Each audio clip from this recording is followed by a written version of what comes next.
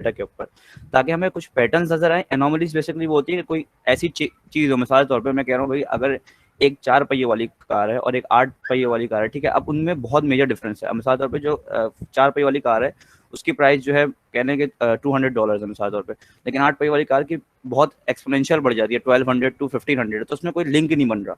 तो उसमें हम कोई ग्राफ नहीं बनाते कि भाई एक 4 पहिए वाली कार है, 8 पहिए वाला, उसमें कोई लिंक नहीं है कि मैं कह रहा हूँ भाई अगर उसकी $200 है, उसकी एकदम $1200 के ऊपर एक एनोमली है, ठीक है। एनोमली कह लें कि एक चीज एक डाटा के अंदर जो एक आउटलायर टाइप का हो, ठीक है। तो इसके अंदर और दूसरी चीज है टू टेस्ट हाइपोथेसिस। हाइपोथेसिस क्या है भाई, हमने कुछ एज्यूम किया है। मैं एज्यूम कर रहा हूँ कि भाई जब मैं व्हील्स या बॉडी स्टाइल चेंज करता हूँ कार का, तो ऑटोमेटिकली उसकी प्राइस बढ़ जाती है। तो ये मेरा हाइपोथेसिस है, राइट। अब इसको मैं चेक करूंगा अपने डाटा पे देख कर कि भाई मैं बॉडी स्टाइल चेंज कर रहा हूँ, कौन सा बॉडी स्टाइल डाल रहा हूँ, उससे क्या प्राइस बढ़ रही है कम हो रही है।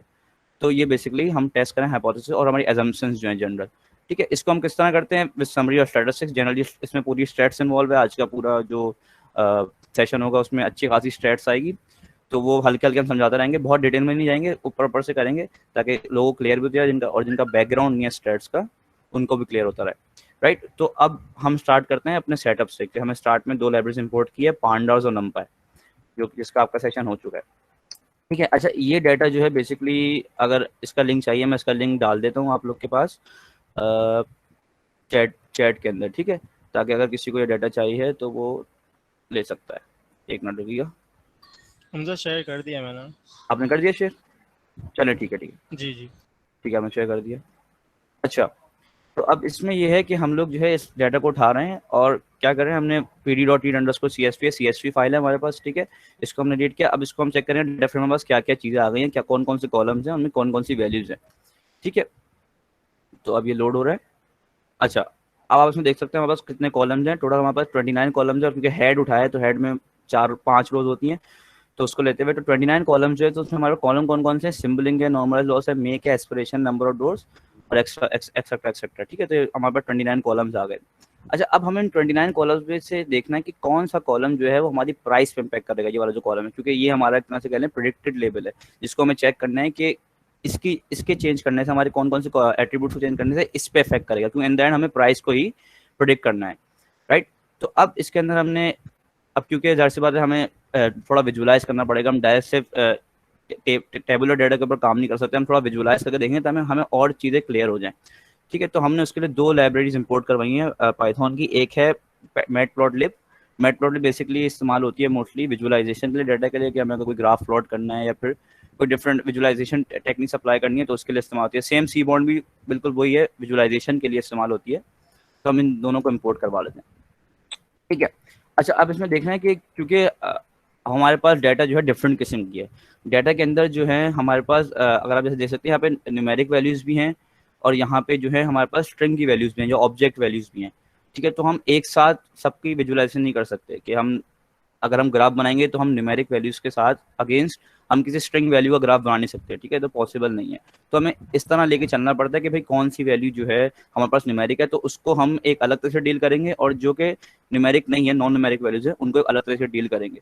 तो हम उसके लिए हमें चेक करने की कौन सी न्यूमेरिक है कौन सी अनन्यूमेरिक है, तो उसके सिंपल एक फंक्शन होते हैं df.d टाइप्स का, कि हमारा डाटा फ्रेम जो हमने डिक्लेयर किया है यहाँ पर, उसका अगर हमें टाइप्स चेक करनी है तो df.d टाइप्स लगा के आप उसका चेक कर सकते हैं। तो उसके बाद हमारे पास जितने भी कॉलम्स हैं उन सब की डाटा टाइप्स आ गई हैं, कि जैसे सिम्बॉलिंग है int64 है।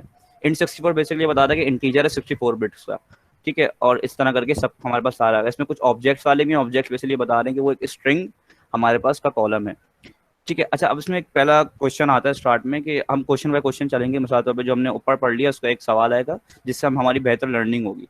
तो इसके अंदर हमसे बोला गया है कि what is the data type of column peak RPM, ठीक है। तो अगर मिसाल तौर पर मुझे देखना है पीक आरपीएम को मुझे कंपेयर करना है प्राइस के साथ, और मैं देखना चाहता हूँ कि मैं डायरेक्ट उसको कंपेयर कर सकता हूँ नहीं कर सकता, क्या वो न्यूमेरिकल वैल्यू है या नहीं है, तो उसको जनरल हमारा आसान है निकालना कि हम डायरेक्ट इसका कॉलम यहाँ चेक कर सकते हैं। या फिर इसका आसान तरीका भी ये है कि हम एक सिंपल लाइन ऑफ कोड है, हमने डीएफ किया, ठीक है। अब हमें जो कॉलम चाहिए, ठीक है, हमजा हमें चाहिए P card. Sorry to interrupt, थोड़ा जी, स्लो जाओ। क्वेरीज आ रही हैं कि बहुत फास्ट जा रहे हो, थोड़ा सा बहुत स्लो जाओ। बहुत फास्ट जा और रहा हूँ। थोड़ा सा जी डाटा जी, फ्रेम जहाँ से रीड किया है ना वहाँ से जी वापस जी, से पढ़ा दो। ओके ओके, मैं ठीक है, दोबारा से कर थैंक यू देता यार। हूँ, कोई मसला नहीं, कोई मसला नहीं, ठीक है। अच्छा, ठीक है, मैं दोबारा से स्टार्ट करता हूँ उसको कि हमारे पास जो टोटल कॉलम्स आए हैं ना हमारे पास वो तकरीबन 29 कॉलम्स हैं। ठीक है, कॉलम्स के अंदर जो है हमारे पास सिम्बोलिंग है, नॉर्मलाइज लॉस है, मेक है, एस्पिरेशन है, नंबर ऑफ डोर्स है, बॉडी स्टाइल है, मतलब डिफरेंट कार्स की एट्रीब्यूट्स है, कार्स की प्रॉपर्टी है, क्योंकि अंदर हमें कार की प्राइस को प्रिडिक्ट करना है, तो उसकी डिफरेंट हमारे पास डाटा के अंदर कॉलम्स मौजूद हैं। ठीक है, इन कॉलम्स को यूज करते हुए हमें चेक करना है कि कौन से कॉलम जो है मोस्ट इम्पैक्ट कर रहे होंगे। इन दैट हमें ये प्रेडिक्ट करना है कि कौन सा कॉलम जो है वो प्राइस के ऊपर मोस्ट इम्पैक्ट कर रहा होगा, ताकि हम उन कॉलम्स को चूज कर लें अपने मॉडल ट्रेडिंग के अंदर। ठीक है, तो अब जैसे कि यहाँ पे ये प्राइस वाला कॉलम है, अब इसमें मुख्तलिफ कॉलम है, highway, MPG, city MPG, peak, RPM है। ठीक है, तो ये डिफरेंट कार्स की एट्रीब्यूट्स है, तो इनको इसको यूज करते हुए जो है हम इन दैट आगे चेक करेंगे किसका ज्यादा इम्पैक्ट होगा हमारे प्राइस के ऊपर। ठीक है, तो अगर इसमें क्लियर है तो मैं एक और दफ़ा इसको क्लियर कर देता हूँ। बस बेसिकली हम कर ये रहे हैं कि हमारे पास जो डाटा मौजूद है उसके अंदर हमारा प्राइस का जो कॉलम है वो हमें प्रेडिक्ट करना है। ठीक है, अब हमारे पास जो मुख्तलिफ कॉलम्स है ना उनको हम यूज़ करके चेक करेंगे भाई किस कॉलम का सबसे ज़्यादा इम्पैक्ट पड़ रहा होगा प्राइस के ऊपर। तो जिस कॉलम का ज़्यादा इम्पैक्ट पड़ रहा होगा प्राइस के ऊपर उस कॉलम को हम इन द एंड यूज़ करेंगे। तो बेसिक ये हम लोग आज के सेशन में कर रहे होंगे पूरा। लेकिन जी आपका क्या मतलब है प्राइस प्रेडिक्ट करने से? बेसिकली देखिए मैं बताता हूँ, असल में हुआ ये कि हमारा डाटा जो है ना वो है कार का। ठीक है, अब इन द एंड हमें डाटा को किसी ना किसी जगह इस्तेमाल करना है ना। मिसाल के तौर पे मैं आपको एक प्रॉब्लम सेट ला के दे रहा हूँ कि भाई मैंने बोला कि मेरे पास ये डाटा है और मुझे इससे कुछ ना कुछ प्रोडिक्ट करना है ना, राइट। अब मैं डाटा एनालिसिस को इस्तेमाल ही करता हूँ, मैं डाटा को एनालाइज इसलिए कर रहा हूँ ताकि मैं एक ना एक कोई चीज़ प्रोडिक्ट कर सकूँ। मैं एक फ्यूचर चीज़ अब आर्टिफिशियल इंटेलिजेंस है क्या, वो कोई चीज़ ऐसी प्रोडिक्ट करती है ना जो आपको नहीं मालूम। अब मिसाल मैं बोलता हूँ भाई एक कार है, उसके 4 टायर्स हैं। ठीक है, उसका समथिंग 5000 पीक आरपीएम है, उसका एक्सवाइजी ये उसके एट्रीब्यूट्स हैं, इसकी प्राइस क्या होगी। ठीक है, तो इन द एंड ये सब एट्रीब्यूट्स निकाल के हमारा जो मॉडल आएगा वो इसकी प्राइस प्रेडिक्ट करेगा। तो अब हमें देखना है कि जो मैं सारे एट्रीब्यूट्स दे रहा हूँ उसके अंदर वो कौन कौन से एट्रीब्यूट्स में इस्तेमाल करने चाहिए, कौन कौन से एट्रीब्यूट मुझे हटा देने चाहिए। क्योंकि इन द एंड जब आप लोग मॉडल ट्रेनिंग पे आएंगे ना तो हमें कुछ ना कुछ एट्रीब्यूट्स रखने होंगे, कुछ हटाने पड़ेंगे, क्योंकि ज़्यादा 29 कॉलम से ट्रेडिंग थोड़ी मुश्किल हो जाएगी, तो हमें थोड़े कॉलम्स को रिड्यूस करना पड़ेगा। उसके लिए जो हमारे पास इंपॉर्टेंट कॉलम्स होंगे ना हम सिर्फ वही रखेंगे जो हमारे डाटा पे, जो हमारी एंड देन जो हमारा टारगेट लेवल है उस पर इम्पैक्ट कर रहे होंगे। टारगेट लेवल वही है जो हमें प्रेडिक्ट करना है इन दैट। और मैंने प्रेडिक्ट का आपको क्लियर कर दिया कि हमें डाटा के थ्रू कुछ ना कुछ इन द एंड को रिजल्ट चाहिए ना। अब वो रिजल्ट बेसिकली हमारा प्रेडिक्टेड कॉलम होगा जो कि यहाँ पे हमारे पास प्राइस का है। क्लियर है या फिर इसको और क्लियर करूँ मैं? टारगेट आपने प्राइस को कहा और बाकी जो एट्रीब्यूट्स हैं वो आप कॉलम्स को कह रहे हैं, राइट? मतलब देखें सारे कॉलम्स ही ना एट्रीब्यूट्स, प्राइस भी एक एट्रीब्यूट ही है ना कार का। ठीक है, सब एट्रीब्यूट्स हैं, बस उसमें से हमने एक एट्रीब्यूट निकाला है जो कि हमें प्रेडिक्ट करना है। अब मिसाल तो मैं यहाँ पे पीक आरपीएम प्रेडिक्ट कर सकता था अगर मेरा business problem in the and. देखें हम जनरल चेक करते हैं क्या बिजनेस प्रॉब्लम है हमारी, हमें निकालना क्या है। ठीक है, कॉलम से बहुत सारे हैं, इसमें से मैं चाहूँ तो मैं कंप्रेशन रेशो निकाल सकता हूँ, मैं चाहूँ तो मैं लेंथ निकाल सकता हूँ, वो मेरी मर्जी है। लेकिन इन द एंड हमें जो बेसिक हमारी प्रॉब्लम है वो ये है कि हमें प्राइस को प्रेडिक्ट करना है, जो मैंने स्टार्ट में लेके किया था कि अगर in this section we will explore several methods to see if certain characteristics और feature can be used to predict car price. तो हमें इन द एंड करना ही कार प्राइस की प्रेडिक्शन है, राइट। तो इसलिए हम उसको एज अ टारगेट लेवल इस्तेमाल करें, बाकी जो है वो हमारे एट्रीब्यूट इस्तेमाल होंगे जो उस टारगेट लेवल की प्रेडिक्शन में हेल्प करेंगे। क्लियर है? तो हमारे पास कोई भी अगर डेटा सेट आता है सबसे पहले हमारा ये काम होता है कि हम एक बिजनेस क्वेश्चन डिफाइन करें, राइट? तो आपने इसमें डिफाइन किया है कि प्राइस आपने गाड़ी की निकालनी है based on all the other columns जो भी आपको यूजफुल लगता है। यस, ओके, चलिए कंटिन्यू करें। Thank you. अच्छा, अब यहाँ पे जो है हम लोग यहाँ से, ठीक है, तो अब इसके अंदर जो है जनरली हम डिफरेंट तरीके इस्तेमाल कर सकते हैं कि हमें कौन सी डाटा, मतलब कौन कौन से कॉलम्स हमें चाहिए। ठीक है, तो उसको एक बेहतर तरीके से समझने के लिए हमने 2 लाइब्रेरीज इंपोर्ट करी हैं, जो कि एक है मैटप्लॉटलिब की जो कि विजुअलाइजेशन का इस्तेमाल होती है, सीबॉर्न की। तो विजुअलाइजेशन हमारे लिए काम आसान कर देती है चीज़ों को समझने के लिए। ठीक है, तो हमने पाइथन की मैटप्लॉटलिब और सीबॉर्न की लाइब्रेरी इस्तेमाल करें इसके अंदर। ठीक है, अच्छा अब इन दोनों लाइब्रेरी में क्या डिफरेंस है? जी ठीक, आपने कुछ सवाल पूछा है आपको? जी, इन दोनों लाइब्रेरी में क्या फर्क है? अच्छा, क्या फर्क? और जी मैं बता रहा हूँ। देखिए बेसिकली जनरली दोनों विजुअलाइजेशन का इस्तेमाल होती हैं, बस ये है कि इन दोनों के डिफरेंट फीचर्स होते हैं, राइट। अब कोड का डिफरेंट है लेकिन इन द एंड इस्तेमाल दोनों विजुअलाइजेशन के लिए होती हैं, मतलब लाइब्रेरीज हैं। I want to add Hamza, basically देखो जो सीबॉर्न लाइब्रेरी है ना ये थोड़ा आपको अच्छा करके दिखाती है। मैटप्लॉटलिब जो आप अगर इसको प्रिंट करवाएंगे हम लोग दो फॉर एग्जांपल स्कैटर प्लॉट ही दोनों तरीकों से, अगर हम सीबॉर्न से प्रिंट करवाएंगे तो प्रिटी करके आएगा। तो सीबॉर्न मैटप्लॉटलिब के ऊपर ही बनी हुई है बट थोड़ी विजुअलाइजेशन को थोड़ी प्रिटिफाई कर देती है, थोड़ा अच्छा कर देती है। That's the only difference. आपको क्लियर है? Okay, thank you. ठीक है, तो बस बेसिकली एक और दफ़ा बता दूं, दोनों विजुअलाइजेशन का इस्तेमाल होती हैं। बस एक ये है कि आपकी मर्जी, आप जो भी इस्तेमाल करना चाहें वो, उसमें कोई ऐसा मेजर फर्क नहीं पड़ता। लेकिन ये कि सी बॉन्ड के अंदर थोड़े से एडवांस फंक्शंस भी आते हैं, इसको हम आगे जाके थोड़ा देखेंगे। ठीक है, अच्छा अब आपका विजुअलाइजेशन से क्या मतलब है? अच्छा, विजुअलाइजेशन से मैं पहले मैंने बता दिया, लेकिन मैं दोबारा दफ़ा क्लियर कर दे रहा हूँ कि मैंने बताया था कि हमें जो डाटा है ना, हमें टेबुलर फॉर्म में इतना अच्छा समझ में नहीं आ रहा। मिसाल तौर पर यहाँ पे डाटा लिखा हुआ है, ठीक है, अब ये सब टेबुलर फॉर्म है। अगर मैं मिसाल तौर पे मैं कहूँ मैं इसका मैं पाई चार्ट बनाना चाहता हूँ या मैं इसका बार ग्राफ बनाना चाहता हूँ, तो मेरे लिए डाटा को समझना और एब्जॉर्ब करना आसान हो जाए। विजुअलाइजेशन मतलब ये कि बस उसके आप ग्राफ बना रहे हैं या उसका बार चार्ट या पाई चार्ट बना रहे हैं, उससे हमारे लिए चीज़ें समझना आसान हो जाती हैं, हमारे ट्रेंड्स समझना हमें आसान हो जाते हैं। अब इसके अंदर मुझे ट्रेंड समझना काफ़ी मुश्किल है, लेकिन अगर मैं इसका बार ग्राफ बना दूंगा तो मुझे ट्रेंड जो है वो ज़्यादा क्लियर नजर आ जाएगा। तो आपको क्लियर है सवाल, या फिर मैं और समझाऊँ उसको? नहीं, आगे चलें, ठीक है। अच्छा, अब वही लेके चलेंगे कि विजुअलाइजेशन, क्योंकि अब हर उस पर नहीं हो सकती है, क्योंकि हमें non numeric number two number पे हम लोग ग्राफ प्लॉट नहीं कर सकते, राइट? कि हमारे पास एक जगह जो है वो स्ट्रिंग की है और एक जगह जो है हमारे पास नंबर्स हैं, तो उसका ग्राफ प्लॉट नहीं होता। तो इसके लिए हमें जो है कुछ चीज़ें करनी पड़ती है कि मुझे निकालना पड़ेगा कौन कौन सी जो कॉलम्स हैं या कौन कौन से एट्रीब्यूट्स हैं वो नॉन न्यूमेरिक हैं और कौन कौन से न्यूमेरिक हैं। तो उसको निकालने के लिए मुझे चेक करना है कि भाई डाटा फ्रेम में कौन कौन से न्यूमेरिक, कौन कौन से नॉन न्यूमेरिक, कौन कौन से न्यूमेरिक हैं। उसके लिए एक सिंपल सा फंक्शन है आपका पांडास का, जिसके अंदर ये है कि जो हमारा डाटा फ्रेम है बस सिंपल उसका df.d टाइप्स अगर आप कर देंगे तो हमारे पास जो है जितनी भी हमारे कॉलम्स हैं उन सबकी टाइप्स आ जाएंगी। इससे हमारा थोड़ा क्लियर हो जाएगा कि भाई कौन सा कॉलम जो है वो न्यूमेरिक होगा, कौन सा नॉन न्यूमेरिक होगा। न्यूमेरिक कॉलम्स जो होंगे वो जो इंटीजर्स होंगे या आइदर फ्लोट होंगे, ठीक है। नॉन न्यूमेरिक कौन से होंगे, जो कि स्ट्रिंग्स होंगे या बूलियंस होंगे, ठीक है। लेकिन बूलियंस को हम कन्वर्ट कर सकते हैं, लेकिन इन जनरल जो ऑब्जेक्ट वाले कॉलम होते हैं उनको हम जनरल नॉन न्यूमेरिक कंसीडर कर रहे हैं इस केस के अंदर, क्योंकि उनकी विजुअलाइजेशन करना थोड़ा सा डिफरेंट होगा, उसको हम आगे देखते हैं, ठीक है। अच्छा, अब इधर जो हमें एक सवाल था जो रह गया, what is the data type of column peak RPM? ये ऑब्जेक्ट क्या होगा? ऑब्जेक्ट बेसिकली वही स्ट्रिंग ना, मतलब ऑब्जेक्ट क्लास होती है, अगर आपने मेरे ख्याल से नहीं पढ़ा है अभी तक। तो एक जनरल ये है कि इसको आप अभी स्ट्रिंग समझ लें कि मतलब वो नंबर्स नहीं होते, वो एक स्ट्रिंग समझ लें, ठीक है। सही है, ठीक है। अच्छा, उसको आगे बढ़ते हैं।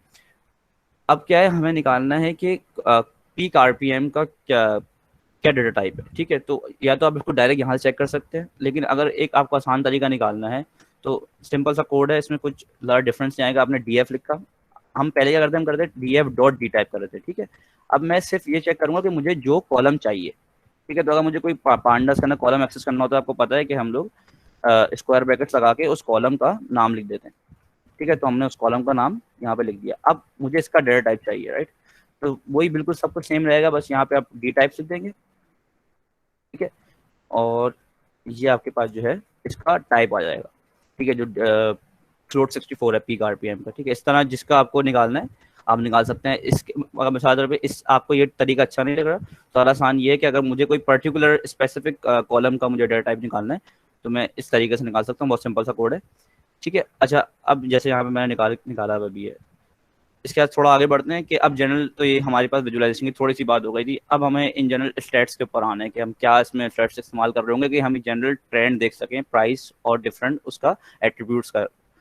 तो इसके अंदर जो हम पहली चीज इस्तेमाल करने लेंगे वो है df.core, ठीक है। कोरिलेशन को हम नीचे जाके थोड़ा सा स्टडी करेंगे इन डिटेल्ड। अभी थोड़ा जनरल समझाने के लिए आप लोग को कि हम लोग कोरिलेशन कैलकुलेट कर सकते हैं डिफरेंट कॉलम्स का। मतलब मिसाल तौर पे मुझे प्राइस का कोरिलेशन कैलकुलेट करना है पीक आरपीएम से, ठीक है। अच्छा, कोरिलेशन होता क्या है? कोरिलेशन एक जनरल आपको वर्ड से समझ में आ रहा है, एक दूसरे का रिलेशनशिप क्या है। रिलेशनशिप मतलब अगर मैं एक को बढ़ा रहा हूँ तो क्या दूसरा बढ़ रहा है या नहीं बढ़ रहा, या मैं एक को कम कर रहा हूँ और दूसरा कम हो रहा है या नहीं, मतलब उसका रिलेशनशिप है कि इस चीज़ को कम ज़्यादा करने से दूसरे पे क्या इम्पैक्ट हो रहा है। कि अगर मैं प्राइस को कम कर रहा हूँ तो क्या मेरे पीक आरपीएम पे कोई फर्क पड़ रहा है, नहीं पड़ रहा। या मैं प्राइस को कम कर रहा हूँ तो मेरे टायर्स के ऊपर कोई फर्क पड़ रहा है, नहीं पड़ रहा, टायर्स की वैल्यूज के ऊपर। अगर मैं कह रहा हूँ कि मेरे जी कोई सवाल है सर? कोरिलेशन सिर्फ जो है वैल्यूज पे निकाल सकते हैं, नंबर्स पे? जी नंबर्स पे निकाल सकते हैं, वो अभी मैं आ रहा हूँ उस पर, ठीक है। तो इसमें मेंशन भी है कि यहाँ पे सिर्फ जो इस्तेमाल हो सकता है वो int64 और float 64 पर इस्तेमाल हो सकता है, ठीक है। तो कोरिलेशन इन जनरल सिर्फ हम नंबर्स पे निकाल सकते हैं, क्योंकि कोरिलेशन एक जनरल स्टैट्स की चीज़ है, उसके अंदर नंबर्स इन्वॉल्व होते हैं। वो अगर किसी को मैथ्स पढ़नी है तो वो मैथ्स पढ़ सकता है इसकी जाकर। अभी सिर्फ ये समझ लें कि इसको हम इससे यूज़ करें ताकि एक एट्रीब्यूट का जो हमारा टारगेट लेवल है उसको हमें चेक करना है कि डिफरेंट एट्रीब्यूट्स से उसका क्या कोरिलेशन आ रहा है। तो अगर एक जनरल मुझे सब सारों का कोरिलेशन निकालना है, जितने भी मेरे कॉलम्स हैं वो दूसरे से कितने कोरिलेटेड हैं, तो मैं यहाँ पे सिर्फ df डॉट कॉल कर सकता हूँ और मेरे पास जो है जितने भी कॉलम्स हैं यहाँ पे उन सबका एक दूसरे से कोरिलेशन आ जाएगा। ठीक है, अच्छा जो इसका टेबल बनता है वो उसमें हमेशा डायगोनल से 1 होते हैं। डायगोनल 1 इसलिए होते हैं क्योंकि सिंबलिंग का या उसका जो डायगोनल तो जनरली वही होते हैं जो सेम होता है, जैसे कि सिंबलिंग यहाँ पे तो इसके डायगोनल में भी सिंबलिंग दूसरा वाला होगा। ठीक है, तो उसके डायगोनल से हमेशा 1 होते हैं क्योंकि जाहिर सी बात है अपने से इसका कोरिलेशन तो 1 ही होगा ना, और दूसरे से 0 होगा या -1 होगा, वो हम आगे जाके देखते हैं कि क्या कोरिलेशंस की वैल्यूज होती हैं। अभी इसे समझाने के लिए हम आगे बढ़ जाते हैं। ठीक है, यहाँ पे जैसे कि diagonal elements are always 1, we will study correlation more precisely Pearson correlation depth at the end of the notebook. ठीक है, तो इसको हम आगे चलते हैं ताकि आप और समझ लें। अच्छा, अब मिसाल के तौर पे वही जैसे हमने एक मिनट, जी जी अगर सबको कोरिलेशन वाले पार्ट तक समझ आ गया तो प्लीज चैट में लिख दें ताकि किसी को डाउट ना रहे। अगर कोई सवाल है तो चैट में पूछ लें, we can ask him right now, वो अभी आपको एक्सप्लेन कर देगा। जी जी, अगर कोई इशू भी हो कोरिलेशन तो हम जनरल इसको डिस्कस कर रहे होंगे। अनम्यूट कर दें या चैट पे लिख दें। ओके, ठीक है, आगे बढ़ते हैं जी। आगे बढ़े, थैंक यू। अच्छा, अब हमें एक जनरल है कि वही वाली बात पांडास के ऊपर हम थोड़ा इस्तेमाल कर रहे हैं कि किस तरह पांडास। अब मुझे मिसाल तौर पर मुझे इस पूरे का कोरिलेशन नहीं चाहिए, मुझे पूरा जितने भी कॉलम्स हैं सबका कोरिलेशन नहीं चाहिए, मुझे कुछ कुछ कॉलम से कोरिलेशन चाहिए, जो स्पेसिफिक कॉलम्स होंगे। ठीक है, तो उसको मैं किस तरह निकाल सकता हूँ? तो उसके लिए भी एक सिंपल सा कोड होगा, तकरीबन सब चीज़ें सेम होंगी कि मैंने यहाँ पर df लिखा, मैं पहले df डॉट कॉल कर रहा था। ठीक है, सॉरी, df डॉट कॉल कर रहा था, वही कोड है, बस अब यहाँ पे मैं मेंशन कर दूंगा मुझे कौन कौन से कॉलम चाहिए। ठीक है, तो वो किस तरह करूंगा, वही हमने जो मैंने आपको बताया था, अपने स्क्वायर ब्रैकेट्स खोले। ठीक है, स्क्वायर ब्रैकेट्स खोलने के बाद एक बीच में हम लिस्ट डाल देंगे। ठीक है, वो लिस्ट होगी जो हमें कॉलम्स चाहिए। ठीक है, तो लिस्ट ऑफ कॉलम्स होंगे, और कॉलम्स आपको पता है किस तरह डालते हैं हम लोग के, सिर्फ डबल कोटेशन है सिंगल कोटेशन मार्क में। जैसे यहाँ पे मेंशन किया हुआ है कि मुझे बोर का चाहिए, ठीक है, मुझे स्ट्रोक चाहिए, और मुझे कंप्रेशन रेशियो चाहिए,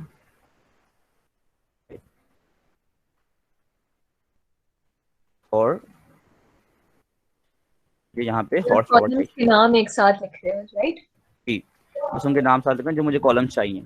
ठीक है, और इसका मुझे कोरिलेशन निकालना है, तो यहाँ पे मेरे पास इसका कोरिलेशन आ जाएगा, मतलब जो मैंने कॉलम यहाँ पे मेंशन किया उनका आपसी में कोरिलेशन आ जाएगा। यहाँ जैसे डायगोनल से फिर 1 है क्योंकि बोर का बोर से कोरिलेशन हमेशा 1 ही होता है। ठीक है, और बाकी स्ट्रोक का बोर से जो है -0.05 है, फिर इस तरह स्ट्रोक का कंप्रेशन रेशियो जो है वो 0.1879 है, और इस तरह हमारे पास सबके कोरिलेशन आ जाएंगे। ठीक है, तो अब हमने कोरिलेशन देख ली, अब हम आते हैं कि हमारे पास क्योंकि अब डाटा जो है वो अब जैसे हम देखा पहले सर दोनों स्क्वायर ब्रैकेट्स हैं या फिर एक स्क्वायर ब्रैकेट है और एक जो है नॉर्मल ब्रैकेट है? नहीं, देखिए असल में स्क्वायर ब्रैकेट्स का मसला नहीं, हम लोग ये कर रहे हैं कि इन द एंड जो निकालना होता है हमें लिस्ट हमें पास करनी होती है कोई कॉलम का नेम। ठीक है, अब मुझे मल्टीपल कॉलम्स चाहिए। ठीक है, तो मुझे मल्टीपल कॉलम्स चाहिए ना, तो फिर मुझे लिस्ट ऑफ नेम्स डालने पड़ेंगे, राइट, कि मुझे एक अब कॉलम तो नहीं चाहिए ना मुझे। अब अगर मैं चाहता हूँ मुझे बोर्ड चाहिए होता, राइट, तो मैं डायरेक्ट से बोर्ड का नाम डाल देता, मुझे पूरी ये डबल ब्रैकेट्स डालने नहीं पड़ते। लेकिन मुझे क्योंकि एक सादा कॉलम चाहिए तो मुझे लिस्ट बनानी पड़ेगी। ठीक है, तो इससे बस सिंपल ये है कि मैंने इस कॉलम के अंदर एक लिस्ट डाल दी। आप चाहें तो उसको यहाँ पे अलग से डिक्लेयर कर सकते हैं, अगर आपको मुश्किल हो रही है यहाँ पे, तो मैं यहाँ पे कर देता हूँ कॉलम्स इक्वल्स टू, ठीक है, और फिर मैं यहाँ पे मेंशन कर देता हूँ जो कॉलम्स हैं। ठीक है, तो इससे आपके लिए आसान हो जाएगा, मतलब कि समझने के लिस्ट को बना के मैंने अपने डीएफ में पास कर दिया था, तो वो जो कॉलम्स मैंने लिस्ट में डाले थे ना वो मेरे पास आ गए, और उनसे कोरिलेशन मैंने कंपेयर कर लिया। क्लियर है या कोई प्रॉब्लम है? क्लियर है? ये सर क्लियर है। Okay, thank you. अच्छा, अब हम आगे बढ़ते हैं कंटिन्यूस न्यूमेरिकल वेरिएबल्स पे। ठीक है, तो अब हमने जैसे देख लिया कि वेरिएबल जो हैं वो नॉन न्यूमेरिक न्यूमेरिक दोनों हैं, तो अब हम interrupt Hamza, can you zoom in थोड़ा सा इस नोटबुक में? थोड़ा फॉन्ट साइज छोटा हो रहा है। अब सही है या और करूं? थोड़ा सा और कर, हाँ बस फिट। तो अब जो है हम लोग कंटिन्यूस न्यूमेरिकल वेरिएबल्स को देखने जा रहे हैं कि हमारा जो कंटिन्यूस डेटा हमारे पास या कंटिन्यूस कॉलम्स हमारे पास मौजूद हैं वैल्यूज की, जैसा कि हमने यहाँ पे इंजन प्राइस और इंजन साइज और प्राइस था, या प्राइस आरपीएम था, पीक आरपीएम था, ये डिफरेंट हमारे पास न्यूमेरिक कॉलम्स से। ठीक है, तो अब हम इन न्यूमेरिक कॉलम्स को इस्तेमाल करते हुए एक इन पे अलग से डेटा एनालिसिस करेंगे कि कौन कौन से कॉलम जो हैं वो रिलेटेड है प्राइस से और उसका क्या रिलेशनशिप है। ठीक है, तो इसके अंदर जो है हम SNS जो सीबॉन्ड लाइब्रेरी हम लोगों ने पहले इंपोर्ट करी थी, उसका एक फंक्शन इस्तेमाल करेंगे जो होता है रिग्रेशन प्लॉट। ठीक है, रिग्रेशन क्या होता है ये आप बाद में पढ़ेंगे, अभी सिर्फ इसको इजी समझने के लिए, ताकि हमारे पास जो है जो आगे रिग्रेशन का कॉन्सेप्ट आएगा वो क्लियर हो जाएगा। अभी सिर्फ यहाँ तक रखेंगे हम किस तरह इसको डाटा को रिलेट कर सकते हैं आपसी में। ठीक है, तो हम रेज प्लॉट इस्तेमाल कर रहे होंगे। अब हमें चेक करना है कि मिसाल तौर पर जो इंजन साइज है ना और जो प्राइस है उसका रिलेशनशिप क्या है। उसका रिलेशनशिप मतलब किस सेंस में, उसका इस सेंस में कि वो आयर पॉजिटिव है या नेगेटिव है या बिल्कुल है ही नहीं। पॉजिटिव नेगेटिव का मतलब क्या है कि या मैं उसको बढ़ा रहा हूँ तो वो बढ़ रहा है, ये पॉजिटिव रिलेशनशिप हो गया। नेगेटिव रिलेशनशिप क्या हुआ, मैं उसको बढ़ाया तो वो कम हो गया। ठीक है, तो इसका ग्राफ भी अलग से बनता है।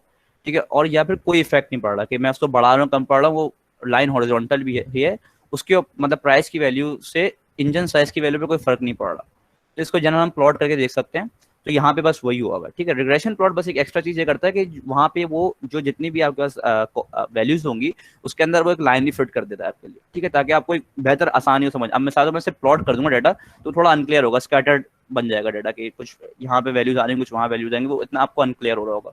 ठीक है, लेकिन अगर मैं रिग्रेशन प्लॉट करता हूँ तो वो एक लाइन फिट करके देगा, उससे आपको जनरल ट्रेंड नजर आ जाएगा कि भाई ये बढ़ ही रहा है या कम हो रहा है। ठीक है, तो यहाँ पे उसका सिंपल सा कोड मैंने लिखा हुआ है कि SNS.regplot। ठीक है, मैंने x की वैल्यू डाली, x एक्सेस मुझे वैल्यू डालनी है वो इंजन साइज की है, और जो मुझे y एक्सेस वैल्यू डालनी है वो है प्राइस की। ठीक है, और बाकी जो यहाँ पर डाटा मौजूद है वो हमारा डाटा फ्रेम से आएगी, बट DF जो है जो हमने डाटा फ्रेम पर बनाया था उसी का वेरिएबल हम इस्तेमाल कर रहे हैं। ठीक है, और plot.y लिमिट मतलब कि y की जो लिमिट होगी वो 0 से स्टार्ट होगी और बाकी ऊपर जाएगी। थोड़ा जूम कर देना, और जूम करूँ हमजा, थोड़ा जूम कर देना, थोड़ा जूम कर देना। अब सही है, कंट्रोल++। अब सही है, बेहतरीन। ठीक है, थैंक यू। अच्छा, plot.y लिमिट से बस बेसिकली ये होगा कि 0 से स्टार्ट, मुझे यहाँ पे मैं डिफाइन कर दूंगा कि जो मुझे अपनी वैल्यू स्टार्ट कहाँ से करनी है। ठीक है, अगर मैं यहाँ लिखूंगा तो वो ये है कि मुझे स्टार्ट यहाँ से करनी है, और मैं अगर यहाँ लिखूंगा तो ये बता रहा है मैं जहाँ पे एंड करना चाह रहा हूँ। ठीक है, क्योंकि प्राइस की वैल्यू होंगी वो जनरली थाउजेंड्स में होंगी। ठीक है, तो उसका जो डाटा बनेगा वो स्टार्ट ही 1000 से होगा ना, उसका जो एक्सेस होंगे वो 1000 स्टार्ट होंगे। तो इसलिए मैंने जो है यहाँ पे 0 से स्टार्ट किया ताकि एक बेहतर प्लॉट बन जाए और एक क्लियर रहे। ठीक है, तो इसको हम प्लॉट करते हैं। तो यहाँ पे आपको जैसे ये नजर आ रहा है। जी जी बोले सर, अगर आप खुद ही जो रेंज नहीं डिफाइन करेंगे 0 से स्टार्ट करें या फिर कहाँ से स्टार्ट करें, तो फिर वो खुद ही और अपने डिफाइन कर हाँ, देगा वो देखिए अगर मैं इसको हटा दूँ मिसाल तौर पर, आप ये कहना चाह रहा हूँ मैं इसको हटा देता हूँ। ठीक है, तो मतलब कोई ऐसे कोई मेजर फर्क नहीं पड़ रहा, लेकिन plot.y लिमिट बेसिकली करता है कि वो 0 से एक जनरल स्टार्ट कर देता है। ठीक है, कि आपका प्राइस कहाँ से स्टार्ट होनी है, क्योंकि यहाँ पे प्राइस बहुत लो से स्टार्ट हो रही है तो उस वजह से आपको 0 का एक्सेस मिल रहा है। लेकिन अगर प्राइस बहुत हाई है, मतलब स्टार्ट ही 10,000 20,000 से हो रही है, तो फिर आपको 0 का एक्सेस शायद मिले ना। ठीक है, तो उसके लिए हमने से plot.y लिमिट लिया हुआ है। अच्छा, अब इसमें एक जो जनरल हम ट्रेंड को देख लेते हैं, तो अगर मिसाल तौर पर मैं कहूँ ये लाइन हम हटा देना। ठीक है, अगर हम ये लाइन हटा देते तो एक जनरल स्कैटर्ड सा हमें डाटा नजर आता, उतना क्लियर नजर नहीं आता कि ट्रेंड जा क्या रहा है। ठीक है, तो रिग्रेशन प्लॉट हमारे लिए बस यही फायदा करता है कि हमें वो एक लाइन प्लॉट करके दे देता है जिससे हमारे पास क्लियर हो जाती है। प्लॉट से सिर्फ आपको ये प्लॉट मिल जाएगा, रिग्रेशन प्लॉट क्या करता है आपको एक लाइन भी फिट करके दे देगा, उससे ताकि आपको एक बेहतर तस्वीर नजर आ जाए। तो इस वजह से देख सकते हैं कि जो यहाँ पे नजर आ रहा है कि जैसे जैसे मैं प्राइस बढ़ाता जा रहा हूँ मेरा इंजन साइज भी बढ़ता जा रहा है। ठीक है, तो एक इससे समझ में आ रहा है भाई इसमें पॉजिटिव रिलेशनशिप है कि मैं प्राइस को बढ़ा रहा हूँ तो इंजन साइज भी बढ़ रहा है। तो इसका मतलब, और इसमें पॉजिटिव हमें क्लियर नजर आ रहा है, इसका मतलब ये है कि इंजन साइज जो है वो एक फैक्टर बन रहा है प्राइस की चेंजिंग के अंदर। क्या मतलब ये है कि मैं कहता हूँ भाई मुझे होंडा की कार चाहिए। ठीक है, अब एक होंडा की कार जो है उसका वो है कह रहे हैं 2 लाख रुपए की। ठीक है, लेकिन उसका इंजन साइज जो है कह रहे हैं 100 है, और एक और होंडा की कार है उसकी मुझे प्राइस अननोन है, राइट, लेकिन उसका जो इंजन साइज है वो है 200। तो मेरी डाटा मुझे क्या बता रही है, मेरी डाटा मुझे ये बता रही है कि उसकी जो प्राइस होगी वो समवॉट इसके नियर में होगी, मतलब 20,000 और 30,000 के इन बिटवीन होगी। ठीक है, तो ये मेरा मुझे डाटा बता रहा है कि मैं अगर इंजन साइज बढ़ा रहा हूँ, मुझे प्राइस मालूम नहीं, मैं इंजन साइज अपना बढ़ा रहा हूँ, तो इसका मतलब ये मुझे ऑलरेडी एज्यूम होगा कि भाई जो 100 इंजन साइज की प्राइस थी उससे यकीनी तौर पे ज़्यादा ही होगी। ठीक है, तो इसका मतलब ये हुआ कि हमारा रिलेशनशिप बन गया प्राइस और इंजन साइज का, कि जैसे मैं प्राइस और इंजन साइज को मैं डिफर कर रहा हूँ ना, तो एक का दूसरे पे इम्पैक्ट पॉजिटिवली पड़ रहा है। ठीक है, मैं उसको कम कर रहा हूँ तो वो भी कम हो रहा है, मैं उसको ज़्यादा कर रहा हूँ तो वो ज़्यादा बढ़ रहा है। ठीक है, अच्छा, इसको हम और बेहतर तरीके से समझ सकते हैं कि हमने यहाँ पे तो प्लॉट कर लिया, लेकिन अगर आपको ये जो इतने सारे डॉट हैं वो क्या किस चीज को रिप्रेजेंट कर रहे हैं? ये बस बेसिकली इसके प्लॉट्स हैं ना, कि मतलब पॉइंट्स जो प्लॉट हुए हैं। तो ये मतलब फिर तो सबके साथ ही लाइन ज्वाइन होनी चाहिए, तो ये नहीं, हाँ, जी मैं आपको क्लियर कर देता हूँ। रिग्रेशन प्लॉट बेसिकली करता है लाइन ऑफ बेस्ट फिट बनाता है। ठीक है। लाइन ऑफ बेस्ट फिट क्या होती है? लाइन ऑफ बेस्ट फिट क्या होती है कि भाई क्योंकि इस प्लॉट पे आप डायरेक्ट लाइन बना नहीं सकते ना, क्योंकि ये बहुत स्कैटर्ड प्लॉट है। लाइन ऑफ बेस्ट फिट ये होगी कि एक लाइन फिट कर देगा कि जो ऊपर लाइन के जो ऊपर पॉइंट्स हैं और जो लाइन के नीचे पॉइंट्स हैं वो समवॉट बराबर हो जाए। ठीक है, तो ये लाइन ऑफ बेस्ट फिट कहलाती है। तो समझने कि रिग्रेशन जो है सिर्फ लाइन ऑफ बेस्ट फिट बना रहे हैं ट्रेंड चेक करने के लिए। किसी को सवाल है? सही है, ओके। एक सवाल चैट से है जी, कि जी। आपने ऊपर कॉरिलेशन का एक टेबल बनाया था, जी, तो जी। कैसे पता चल रहा है कि दो कॉलम्स कॉरिलेटेड है टेबल देखकर? अच्छा, मैं इसको हम आगे इसी सवाल में आगे कर लेंगे कि यहाँ पे हम लोग ने जो है, अब मिसाल तौर पर बाज ने मैंने प्लॉट कर लिया, ठीक है। अब मुझे चेक करना है कि इसका कोरिलेशन है क्या। एक जनरल इससे ये समझ में आ रहा है कि भाई ये पॉजिटिवली कोरिलेटेड है, कि मैं इसको जब बढ़ा रहा हूँ तो ये बढ़ भी रहा है, मतलब मैं इंजन साइज जब बढ़ा रहा हूँ तो प्राइस भी बढ़ रही है। लेकिन अगर मुझे इसका चेक करना है कि भाई इसकी कोरिलेशन की वैल्यू क्या है, ठीक है, या इसकी वाकई जो हमने ये प्लॉट किया ये सही भी आया है नहीं आया है, ठीक है, तो उसके लिए हमने क्या किया, एडिट इज वही df.core और यहाँ पे मैंने जो मुझे कॉलम चाहिए थे वो एज अ लिस्ट पास कर दिए, ठीक है, कोई कोड है, ठीक है। अब इसको जब मैंने रन किया तो अच्छा, अब जो सवाल था उसी के ऊपर आता हूँ कि मुझे कोरिलेशन पता इस तरह चल रहा है कि मैंने चेक किया जो प्राइस जो है उसके जो अगेंस्ट इंजन साइज की जो वैल्यू लिखी हुई होगी ना डेटा टेबल के अंदर, वो मेरा कोरिलेशन बता रहा होगा। तो यहाँ पे जैसे प्राइस यहाँ पे लिखी हुई है, जो उसके इंजन साइज की वैल्यू इसके अगेंस्ट लिखी हुई है वो है पॉइंट, मतलब जो प्राइस ऑफ इंजन साइज है उसके जो इंटरसेक्शन आएगा वो मुझे वैल्यू बता रही होगी। तो ये जो है 0.87235 है, ठीक है। तो इंटरसेक्शन जो होगा ना, मतलब यहाँ पे प्राइस है और यहाँ पे इंजन साइज है, जो दोनों का इंटरसेक्शन है लाइंस का, वो जो है उसका कोरिलेशन बता रहा होगा उन दोनों कॉलम्स का, ठीक है, पूरे कॉलम्स का कोरिलेशन बताएगा आपको। तो यहाँ पे जो हमारे पास आ रहा है वो आ रहा है 0.87 समथिंग, और ये पॉजिटिवली कोरिलेटेड नजर आ रहा है कि पॉजिटिव वैल्यू है। तो और यहाँ पे भी आपको नजर आ रहा है कि ग्राफ जो है क्योंकि इंक्रीज ही हो रहा था, तो हमारा जो है जो ग्राफ बना है वो इतना सही बना है, और हमें एक सही हमने एनालिसिस किया है कि इंजन साइज और प्राइस जो है वो एक दूसरे से पॉजिटिवली कोरिलेटेड है, ठीक है। अब आगे बढ़ते हैं। अच्छा, हाईवे, अब मुख्तलिफ जैसे कि मैं कॉलम्स प्रेडिक्ट कर सकता हूँ, जैसे कि मुझे अब हाईवे का प्रेडिक्ट करना है कि मुझे डिफरेंट कॉलम्स प्रेडिक्ट करना है कि अब कौन कौन से कॉलम मुझे चेक करना है, कौन कौन से कॉलम जो है वो प्राइस से कोरिलेटेड है, ठीक है। तो या तो मैं सारे कॉलम चेक कर लूँ, या मैं कुछ जो इंपॉर्टेंट कॉलम मुझे नजर आ रहे हैं, हाँ यार हो सकता है हाईवे एमपीजी प्राइस से रिलेटेड हो, तो मैं उसको इस कोड में डाल के चेक कर सकता हूँ, ठीक है। तो मैंने सेम वही कोड है, कुछ ऐसा मेजर फर्क नहीं आया। तो उसमें आप देख सकते हैं कि प्राइस जो है वो हाईवे एमपीजी के साथ जो है वो डिक्रीज हो रही है। जैसे मैं हाईवे एमपीजी बढ़ा रहा हूँ प्राइस मेरी डिक्रीज हो रही है। क्या मतलब है इसका? वही वाली एग्जांपल लेते हैं होंडा वाली की। अगर मैं कह रहा हूँ कि एक होंडा कार की जो एमपीजी है वो 35 है, और उसकी प्राइस जो है वो समथिंग 10,000 है, और एक हाईवे होंडा की हाईवे एमपीजी जो है वो miles per gallon, basically highway miles per gallon जो है वो 50 है, और उसकी प्राइस क्या है मुझे अननोन है। तो एक जनरल मेरे दिमाग में जो डाटा के थ्रू में समझ में आ रहा है वो ये है कि भाई उसकी प्राइस जो है वो कमी होगी पहले वाले से, कि 35 जो है, क्योंकि उसकी प्राइस हाईवे एमपीजी जो है प्राइस से वो नेगेटिवली कोरिलेटेड है, कि मैं प्राइस को जब कम करता हूँ या मैं प्राइस को जब बढ़ाता हूँ तो मेरा हाईवे एमपीजी जो है वो कम होता है, या जब मैं हाईवे एमपीजी को बढ़ाता हूँ तो मेरा प्राइस कम होता है, ठीक है। तो एक जनरल हमारे पास एनालिसिस आ गया, ठीक है। अब इसको हम कोरिलेशन के थ्रू भी देख सकते हैं कि हमने वही हाईवे एमपीजी और प्राइस को अपने कोड में डाला और यहाँ पर रन किया। तो आप देख सकते हैं कि जैसे कि वही इंटरसेक्शन निकालते हैं, प्राइस और हाईवे एमपीजी का जो इंटरसेक्शन है वहाँ पे मेरे पास वैल्यू आ रही है -0.70, ठीक है। तो ये हमें क्लियर हो गया कि भाई हाँ, हाईवे एमपीजी और प्राइस का जो है वो नेगेटिवली कोरिलेशन है, कि जब मैं एक को बढ़ाता हूँ दूसरा कम होता है, और जब मैं दूसरे को बढ़ाता हूँ तो पहला वाला बढ़ जाता है, कम हो जाता है, ठीक है। तो इस तरह करके हमारे पास एक, हमने पहले पॉजिटिव कोरिलेशन देखा, अब हमने नेगेटिव कोरिलेशन देखा, ठीक है। लेकिन अब आप देख सकते हैं पॉजिटिव कोरिलेशन नेगेटिव कोरिलेशन का इन द एंड इम्पैक्ट होता है, ठीक है। और हमें वो कॉलम सेलेक्ट करने जिनका इम्पैक्ट हो, हमें वो कॉलम सेलेक्ट नहीं करने जिनका कोई इम्पैक्ट नहीं होता, ठीक है। तो इसी तरह करते हुए हम ये इसी बात को लेते हैं, हम एक वीक लीनियर रिलेशनशिप पे आ रहे हैं कि भाई वो कॉलम जिनका कोई इम्पैक्ट नहीं पड़ रहा हमारे टारगेट कॉलम से, जो कि हमारा प्राइस है इसके अंदर, ठीक है। तो हमारे पास पीक आरपीएम हमने लिया है, ये चेक कर रहे हैं इसके अंदर, तो हमने वही कोड है सेम, और उसको जब हमने रन किया है तो अब आप देख सकते हैं जो उसका प्लॉट बन रहा है, उसका ग्राफ बन रहा है, वो जैसे बिल्कुल लाइन स्टिल है, स्टेबल है, तकरीबन हॉरिजॉन्टल लाइन है। हॉरिजॉन्टल लाइन का मतलब क्या है कि भाई कोई फर्क नहीं पड़ रहा, मैं पीक आरपीएम कम कर रहा हूँ ज्यादा कर रहा हूँ, प्राइस पे कोई एज सच मेजर फर्क नहीं पड़ रहा मेरे। जब कोई एज सच मेजर फर्क नहीं पड़ रहा तो इसका मतलब इसका कोरिलेशन जो है जीरो के करीब करीब है, ठीक है। तो जब इसका कोरिलेशन जीरो के करीब करीब है तो उसका मतलब ये कॉलम मेरे काम का नहीं है। क्यों? क्योंकि ये मेरे टारगेट लेवल पे कोई इम्पैक्ट नहीं कर रहा, और क्या कर भी रहा है तो बहुत मिनिमल इम्पैक्ट है, कि जो मेरे प्राइस को बहुत ज़्यादा चेंज नहीं कर रहा। तो इसके थ्रू हमें प्लॉट के थ्रू हमें समझ में आ गया। इसकी हम कोरिलेशन भी निकाल सकते हैं अगर हम चाहें तो उसकी कोरिलेशन जो आएगी वो बहुत मिनिमल -0.10 है, तो उसकी बहुत मिनिमल है, तो इसलिए हमने इस कॉलम को हमने इग्नोर कर देंगे, ठीक है। तो यहाँ तक क्लियर है सबको? हमने नॉन न्यूमेरिक देख लिया हमने, अब हम नॉन न्यूमेरिक पे पढ़ेंगे आगे। क्लियर है? नेगेटिव कोरिलेशन को हम क्या इग्नोर करते हैं? नहीं, नेगेटिव कोरिलेशन को हम इग्नोर नहीं कर रहे, हम इसको इसलिए इग्नोर करेंगे उसकी वैल्यू बहुत छोटी है। नेगेटिव हमें देखें, मैंने वही वाली बात की, नेगेटिव कोरिलेशन का मतलब ये है कि उसके ऊपर नेगेटिव इंपैक्ट पड़ रहा है उसका, लेकिन इंपैक्ट पड़ रहा है, हमें वो चीज़ चेक करनी है उसका जो इंपैक्ट पड़े ना। अब भाई मैं वही एग्जाम्पल दूँ, होंडा की मेरे पास 2 एट्रीब्यूट्स मौजूद है ना होंडा कार के, कि एक तो उसका इंजन साइज है, उसका हाईवे आरपीएम है, चले 3 कह लें, और उसका पीक आरपीएम है, ठीक है। अब मैं चेक करूँ भाई, जब मैं उसका इंजन साइज बढ़ा रहा हूँ तो उसकी प्राइस ही बढ़ रही है, जब मैं उसका हाईवे आरपीएम कम कर रहा हूँ तो उसकी प्राइस बढ़ रही है, लेकिन जब मैं उसका पीक आरपीएम कम या ज़्यादा कर रहा हूँ उसकी प्राइस पे कोई ऐसा फर्क पड़ ही नहीं रहा, ठीक है। तो इसका मतलब क्या हुआ, मेरे पास कौन से 2 इंपॉर्टेंट कॉलम्स है जो मेरी होंडा की प्राइस प्रेडिक्ट करने में हेल्प करेंगे?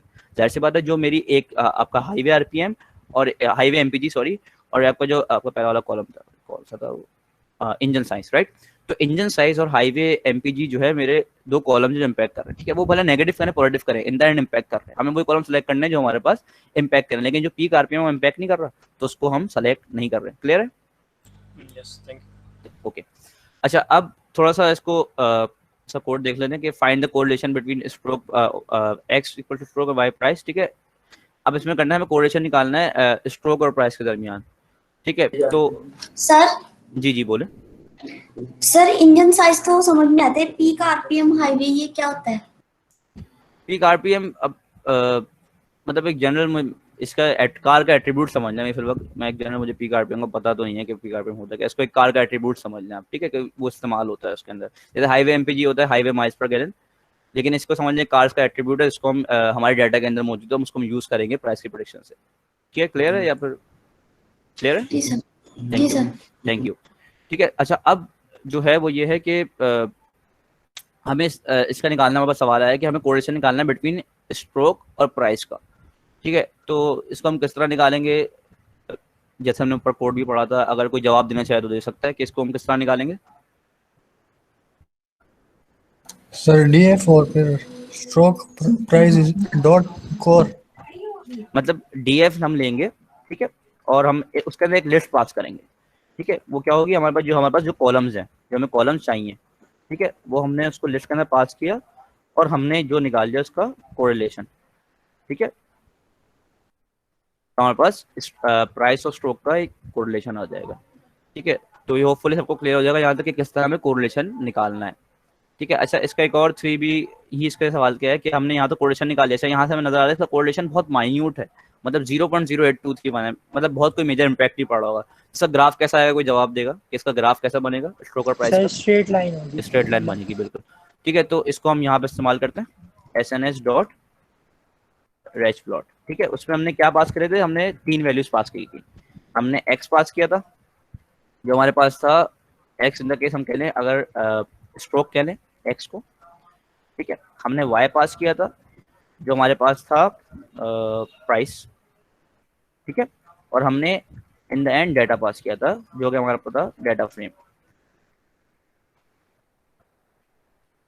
ठीक है। तो हमारा ये प्लॉट बन गया, जो जिसने जवाब दिया था स्ट्रेट, बिल्कुल सही जवाब दिया कि हमारे पास बहुत मिनिमल जो है वो इम्पैक्ट नजर आ रहा है आपको, कि प्राइस को मैं कम ज्यादा कर रहा हूँ तो कोई ऐसा कोई मेजर फर्क नहीं पड़ रहा स्ट्रोक के ऊपर, ठीक है। तो एक सवाल आया हमें, जी बोले। एक सवाल ये आया हुआ है कि does the correlation represent the slope of the graph? हाँ, समवॉट बिल्कुल, क्योंकि देखिए कोरिलेशन बेसिकली आपको बता रहा है कि उसका उस रिलेशनशिप क्या है ना। अब एक तरह से कहना है इसका ग्रेडियंट क्या निकलेगा, राइट। तो स्लोप ग्रेडियंट कहते हैं, ठीक है। अब अगर मैं इसको कह रहा हूँ नेगेटिव है, इसका मतलब इसका नेगेटिव स्लोप होगा या नेगेटिव ग्रेडियंट होगा या नेगेटिव कोरिलेशन होगा, कि मैं उसको कम कर रहा हूँ ना और वो दूसरा वाला बढ़ रहा है, तो उसका मतलब ये इसका नेगेटिव है, कि हमारा ग्राफ जो बनेगा वो इस तरह का बनेगा, ठीक है। तो बिल्कुल सही है कि एक तरह से कोरिलेटेड है कि भाई ग्रेडियंट जो है या स्लोप जो है वो एक तरह से कोरिलेशन को रिप्रेजेंट कर रहा होता है, ठीक है। ठीक है, एक और सवाल आया हुआ है कि how do you decide columns for regression plot? देखो कॉलम्स और रिग्रेशन प्लॉट तो हम निकाल लेना, हमें चाहिए, तो हम चेक कर रहे हैं कि हमें कौन कौन से कॉलम्स चाहिए। भाई देखें मेरे पास डाटा रॉ है ना, अब मुझे पता नहीं है, मेरे पास से मुझे बताया कि भाई ये प्राइस का कॉलम जो है मुझे प्रेडिक्ट करना है। अब उसमें बहुत सारे कॉलम्स हैं, तो मुझे अब देखना है ना मैं कौन कौन से कॉलम काम के हैं, राइट। तो अब रिग्रेशन प्लॉट बेसिकली करता है कि एक 2 कॉलम जैसे उनका आपस में प्लॉट कर देता है, उनकी एक लाइन बना के दिखा देता है आपको।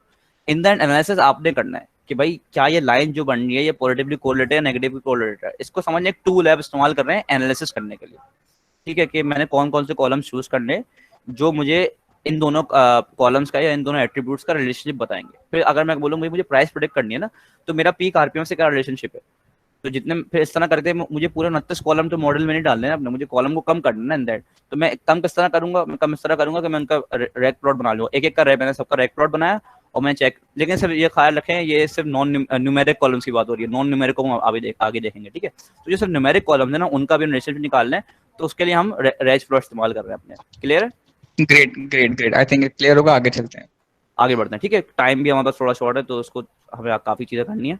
अच्छा, अब कैटेगोरिकल वेरिएबल देखते हैं, हमने नॉन न्यूमेरिक, हमने न्यूमेरिक देख लिया, हम कैटेगोरिकल बढ़ जाए। कैटेगोरिकल बेसिकली वही जो नॉन न्यूमेरिक होते हैं जिनमें कैटेगरीज होती है, राइट, कि मिसाल कैटेगरीज क्या होती है, कैटेगरीज ये होती है कि भाई मैं कह लूँ कोई फर्स्ट सेकंड थर्ड है, ठीक है, तो ये कैटेगरी आ रही है, ठीक है, या तो मेल फीमेल है, कैटेगरी है, मेल फीमेल तो हम बूलियन और उसको कर सकते हैं, लेकिन एक तरह से कैटेगरी आ रही है, ठीक है, या फिर हाई लो और हाई मीडियम और लो है, ठीक है। तो अब ये सब कैटेगरीज है ना, तो इसके लिए हम अलग से इसका प्लॉट बनता है, हम इसको डायरेक्ट रिग्रेशन प्लॉट में या कोरिलेशन चेक करके नहीं कर सकते, ठीक है। तो इसके लिए हम एक डिफरेंट टेक्निक इस्तेमाल करते हैं, कहता है बॉक्स प्लॉट, ठीक है। अच्छा, जिसको बॉक्स प्लॉट का नहीं पता, तो ये बेसिकली स्टैटिस्टिक्स में टेक्निक इस्तेमाल होती है, जिसके अंदर जो है आपको मीडियन और उसका जो है अपर क्वार्टाइल और लोअर क्वार्टाइल बेसिकली होता है कि डेटा के अंदर बताता है हमें कि कौन सी डेटा जो है मिनिमल है, कौन सा आउटलायर है। इसको अगर मैं प्लॉट करके दिखा दूं तो आपको ज्यादा बेहतर क्लियर हो जाएगा कि कोड बिल्कुल वही है, सेम एक्स हमने डाला, वाई डाला, DF और SNL डॉट ब्लॉक्स प्लॉट है। तो मैं इसको प्लॉट कर रहा हूँ, तो ये इसका जैसा प्लॉट बन रहा है, ठीक है। अच्छा, अब हमने यहाँ पे कौन से 2 कॉलम प्लॉट किए हैं, हमने यहाँ पे प्लॉट किए बॉडी स्टाइल अगेंस्ट प्राइस, ठीक है। तो अब बॉडी स्टाइल अगेंस्ट प्राइस किया, तो हमारे पास बॉडी स्टाइल कितने थे, हमारे पास बॉडी स्टाइल थे 1 2 3 4, ये सब बॉडी स्टाइल है हमारे पास डेटा में कॉलम में मौजूद है, ठीक है। हमारे पास 5 किस्म के बॉडी स्टाइल से उसकी प्राइसेस आ रही थी हमारे पास ना, कि अगर मेरे पास हैचबैक है तो उसकी एक्स प्राइस है, मेरे पास अगर सेडान है तो उसकी वाई प्राइस है, ठीक है। तो मुझे कॉलम देखकर समझ में नहीं आना भाई किसका रिलेशनशिप क्या है, कि भाई अगर मेरे पास सेडान है तो उसकी प्राइस क्या होनी चाहिए, मुझे नहीं पता ना। तो इसके लिए जो है हमने इसका बॉक्स प्लॉट किया जो हमें एक बेहतर समझाता है कि भाई अगर मेरे पास सेडान है तो उसकी क्या प्राइस हो सकती है, या मेरे पास अगर वैगन है तो इसके पास मेरी क्या प्राइस हो सकती है, ठीक है।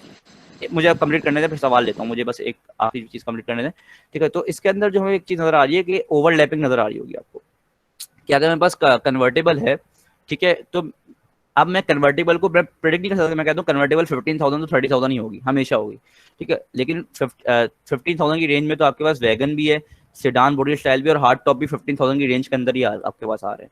तो इसका मतलब ये है कि मेरे पास जो है ओवरलैपिंग बहुत ज्यादा है उसके अंदर, कैटेगरीज के अंदर। मैं कह रहा हूँ मेरे पास कन्वर्टेबल कार है, राइट, मैं कह रहा हूँ कन्वर्टेबल कार की प्राइस 15,000 होती है, ठीक है। लेकिन वो कोई मुझसे आके ये कर सकता है कि भाई कन्वर्टेबल प्राइस की तो 15,000 होती है, लेकिन हार्ड टॉप की 15,000 प्राइस हो सकती है, या फिर वैगन की 15,000 प्राइस होती है, या फिर सीडान की 15,000 प्राइस हो सकती है। तो एक जनरल मेरे दिमाग में समझ आ रहा है, हाँ यार इसमें तो ओवरलैपिंग है, ये जो हमारे पास कॉलम है ये इतना अच्छा बता नहीं रहा, ये इतना अच्छा डिस्टिंग्विश नहीं कर रहा प्राइस को, कि भाई अगर मेरे पास कोई एक कैटेगरी है तो उसकी प्राइस क्या होगी, उसकी प्राइस ज्यादा होगी या कम होगी, और मेरे पास दूसरी कैटेगरी का प्राइस ज्यादा है कम होगी, क्योंकि क्यों नहीं यहाँ बता रहा है, इससे नहीं बता रहा, क्योंकि यहाँ पे ओवरलैपिंग बहुत ज्यादा है। अगर मैं कह रहा हूँ मेरे पास सेडान बॉडी स्टाइल है, तो ये मुझे मेक श्योर नहीं कर देगा कि मेरे पास 15,000 के अंदर और कोई मौजूद नहीं होगा, सिर्फ सेडान ही होगा। क्यों? क्योंकि इस रेंज में कन्वर्टेबल भी हमारे पास है, इस रेंज में हमारे पास हार्ड टॉप भी है, तो यहाँ पे ओवरलैपिंग बहुत ज्यादा हो जाती है ना। इसका मतलब ये है कि हमारे पास ये कॉलम जो है वो इतना यूजफुल नहीं है। हमारे पास कौन से कॉलम यूजफुल होंगे उसको हम आगे देखते हैं।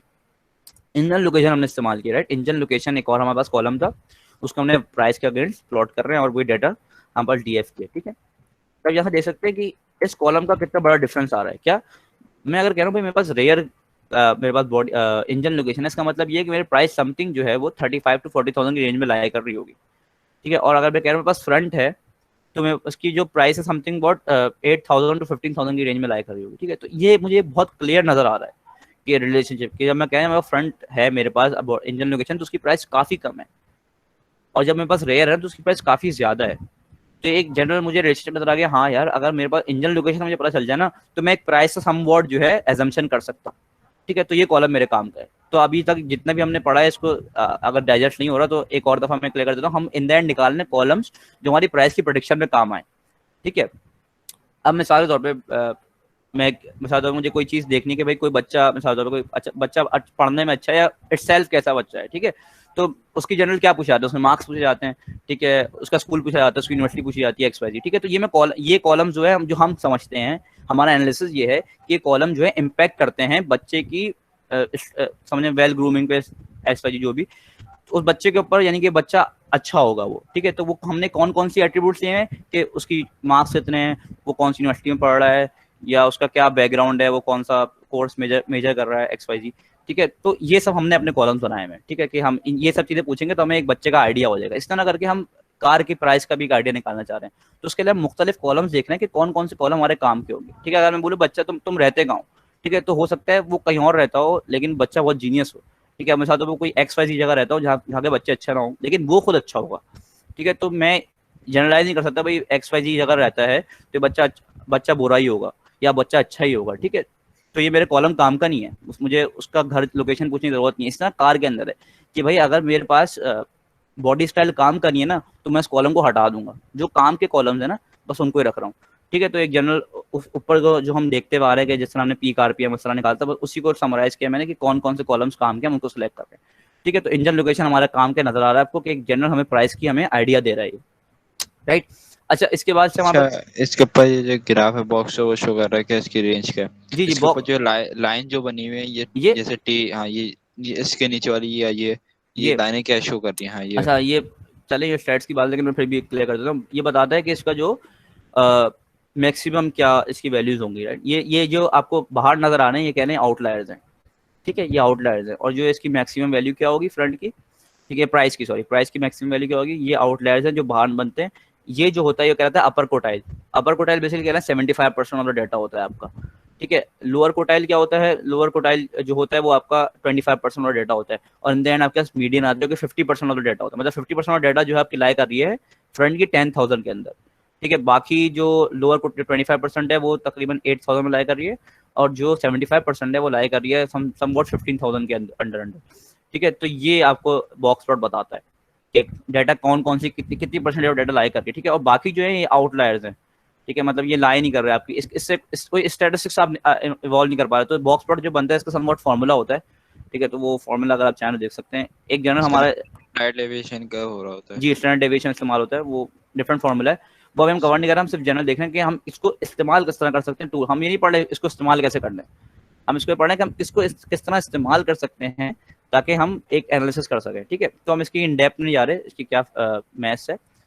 अच्छा, बहरहाल फिर ड्राइव व्हील्स की बात आ जाती है। हमारे पास जो दूसरा डाटा है ये भी हमारे पास कैटेगोरिकल था। तो इसके अंदर अगर हम बॉक्स प्लॉट करते हैं तो इसमें आपको नजर आ रहा है कि सम वर्ड जो है हमें कोई चीज़ क्लियर हो रही है। ज़्यादातर FWD और 4WD में बहुत ओवरलैपिंग है, लेकिन जो इसका एक कॉलम है RWD उसमें बहुत कम, उसमें बिल्कुल ओवरलैपिंग नहीं मौजूद है। इसका मतलब ये कि अगर मैं कह रहा हूँ मेरे पास RWD का आ रहा है ना, तो उसकी रेंज सम वर्ड 14,000 टू 22,000 में लाई कर रही होगी, ठीक है। बाकी FWD और 4WD के बारे में थोड़ा सा मैं गलत हो सकता हूँ क्योंकि उसमें ओवरलैपिंग ज्यादा है, लेकिन इसके अंदर तो बिल्कुल ओवरलैपिंग नहीं है, ठीक है। तो ये हमारा कॉलम काम कर सकता है। क्यों काम कर सकता है भाई, अगर कहते हैं मेरे पास RWD है ना, तो सिंपल मुझे फॉरन की पैसा चल जाएगी या उसकी प्राइस रेंज पता चल जाएगी, ठीक है।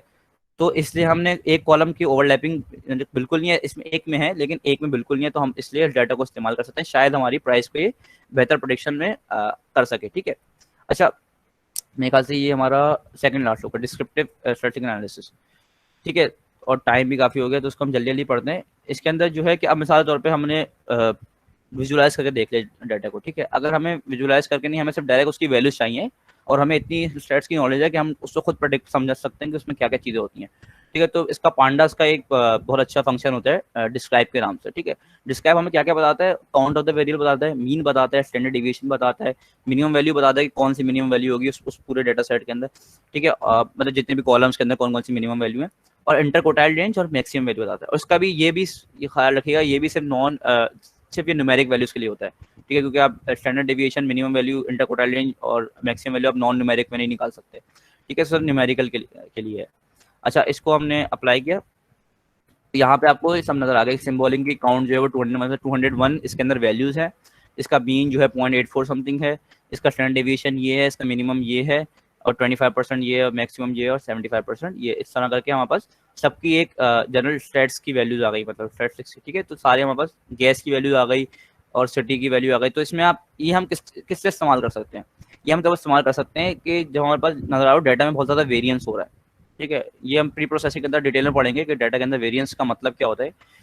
अभी ये समझ लें कि भाई अगर किसी का स्टैंडर्ड डेविएशन बहुत ज़्यादा है ना, इसका मतलब ये है कि डाटा के अंदर बहुत चेंज है, बट डाटा मतलब बहुत ज़्यादा चेंज हो, उसके अंदर वैल्यू बहुत चेंज है। लेकिन किसी का स्टैंडर्ड डेविएशन कम है, इसका मतलब है उसके अंदर वेरियंस बहुत कम है, मतलब एक जैसी डाटा बहुत ज़्यादा है। तो जो एक जैसे कॉलम है तो उसका हमारा ज़्यादा फायदा नहीं होगा। मैं कह रहा हूँ भाई एक मतलब सबके ब्रांड्स होंडा ही हैं इन द एंड, ठीक है। अब तो होंडा कॉलम मेरे काम का नहीं है ना, क्यों? क्योंकि उसके अंदर कोई डाटा के अंदर दूसरा ब्रांड ही नहीं, इसको मैं प्रोडिक्ट कर रहा हूँ। अब भाई मैं कह रहा हूँ होंडा की जो है उसके अंदर 4 व्हील्स हैं और उसके अंदर XYZ एट्रीब्यूट्स हैं, उसकी प्राइस ये है। और होंडा की दूसरी गाड़ी है उसके अंदर भी ये 4 व्हील्स हैं और ये XYZ एट्रीब्यूट्स हैं, उसकी कुछ और प्राइस है, ठीक है। तो होंडा कॉमन है ना, तो मैं होंडा मुझे जरूरत ही नहीं निकालने की, मैं होंडा का कॉलम हटा दूंगा, वो कॉलम लूंगा जिनमें वेरिएंस हो, जिनमें चेंजेस हो, ठीक है, जो ज्यादा बेहतर करे मेरे डाटा प्रोटेक्ट करने के लिए, ठीक है। तो इसलिए ये डाटा हमारे काम आ सकती है स्टैटिस्टिक्स वैल्यू, ठीक है। अच्छा, अब इसमें जैसे देखा कि आप लोगों ने इन्होंने वो कॉलम हटा दिए जो कि नॉन न्यूमेरिक हैं। तो अगर मैं चाहता हूँ मुझे नॉन न्यूमेरिक वैल्यूज की चाहिए, वैल्यू के मुझे चेक भी करना है नॉन न्यूमेरिक के अंदर भी क्या क्या हमारे पास चीज़ें मौजूद है। उसके अंदर मीन और स्टैंडर्ड डेविएशन ज़्यादा पता नहीं आएगा क्योंकि वो नॉन न्यूमेरिक वैल्यू है, लेकिन तो आपको कुछ आइडिया हो जाएगा, काउंट वगैरह आ जाएगी।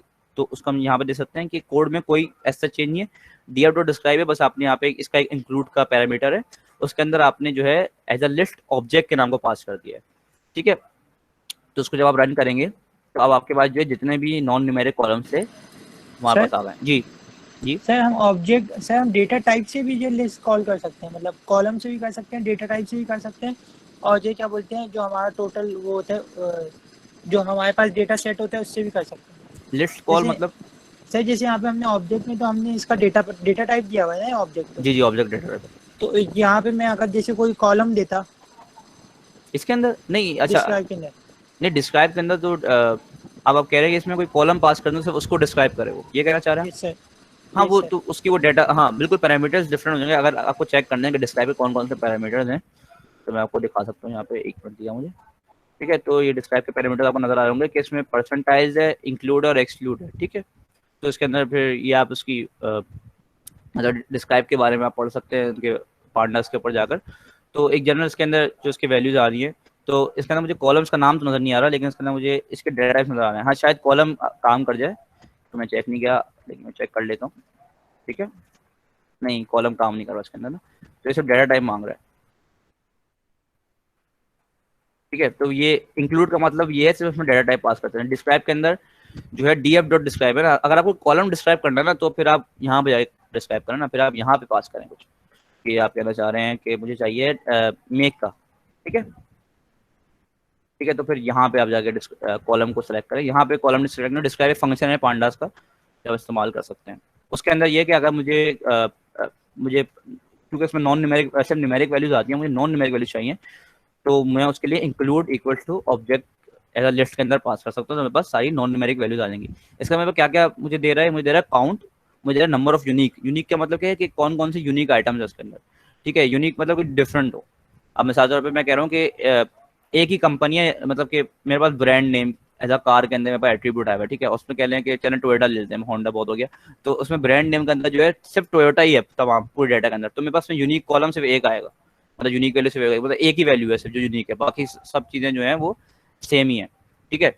तो इसलिए यूनिक हमें बता रहा है कि कितने वैल्यू चेंजिंग है, मतलब कितने डिफरेंट हमारे पास उसके अंदर टाइप्स हैं, ठीक है। टॉप हमें बता रहा है कि कौन सा जो स्टार्टिंग है टॉप जो होगा हमारे पास, तो ये ऐसे कोई काम का तो नहीं है।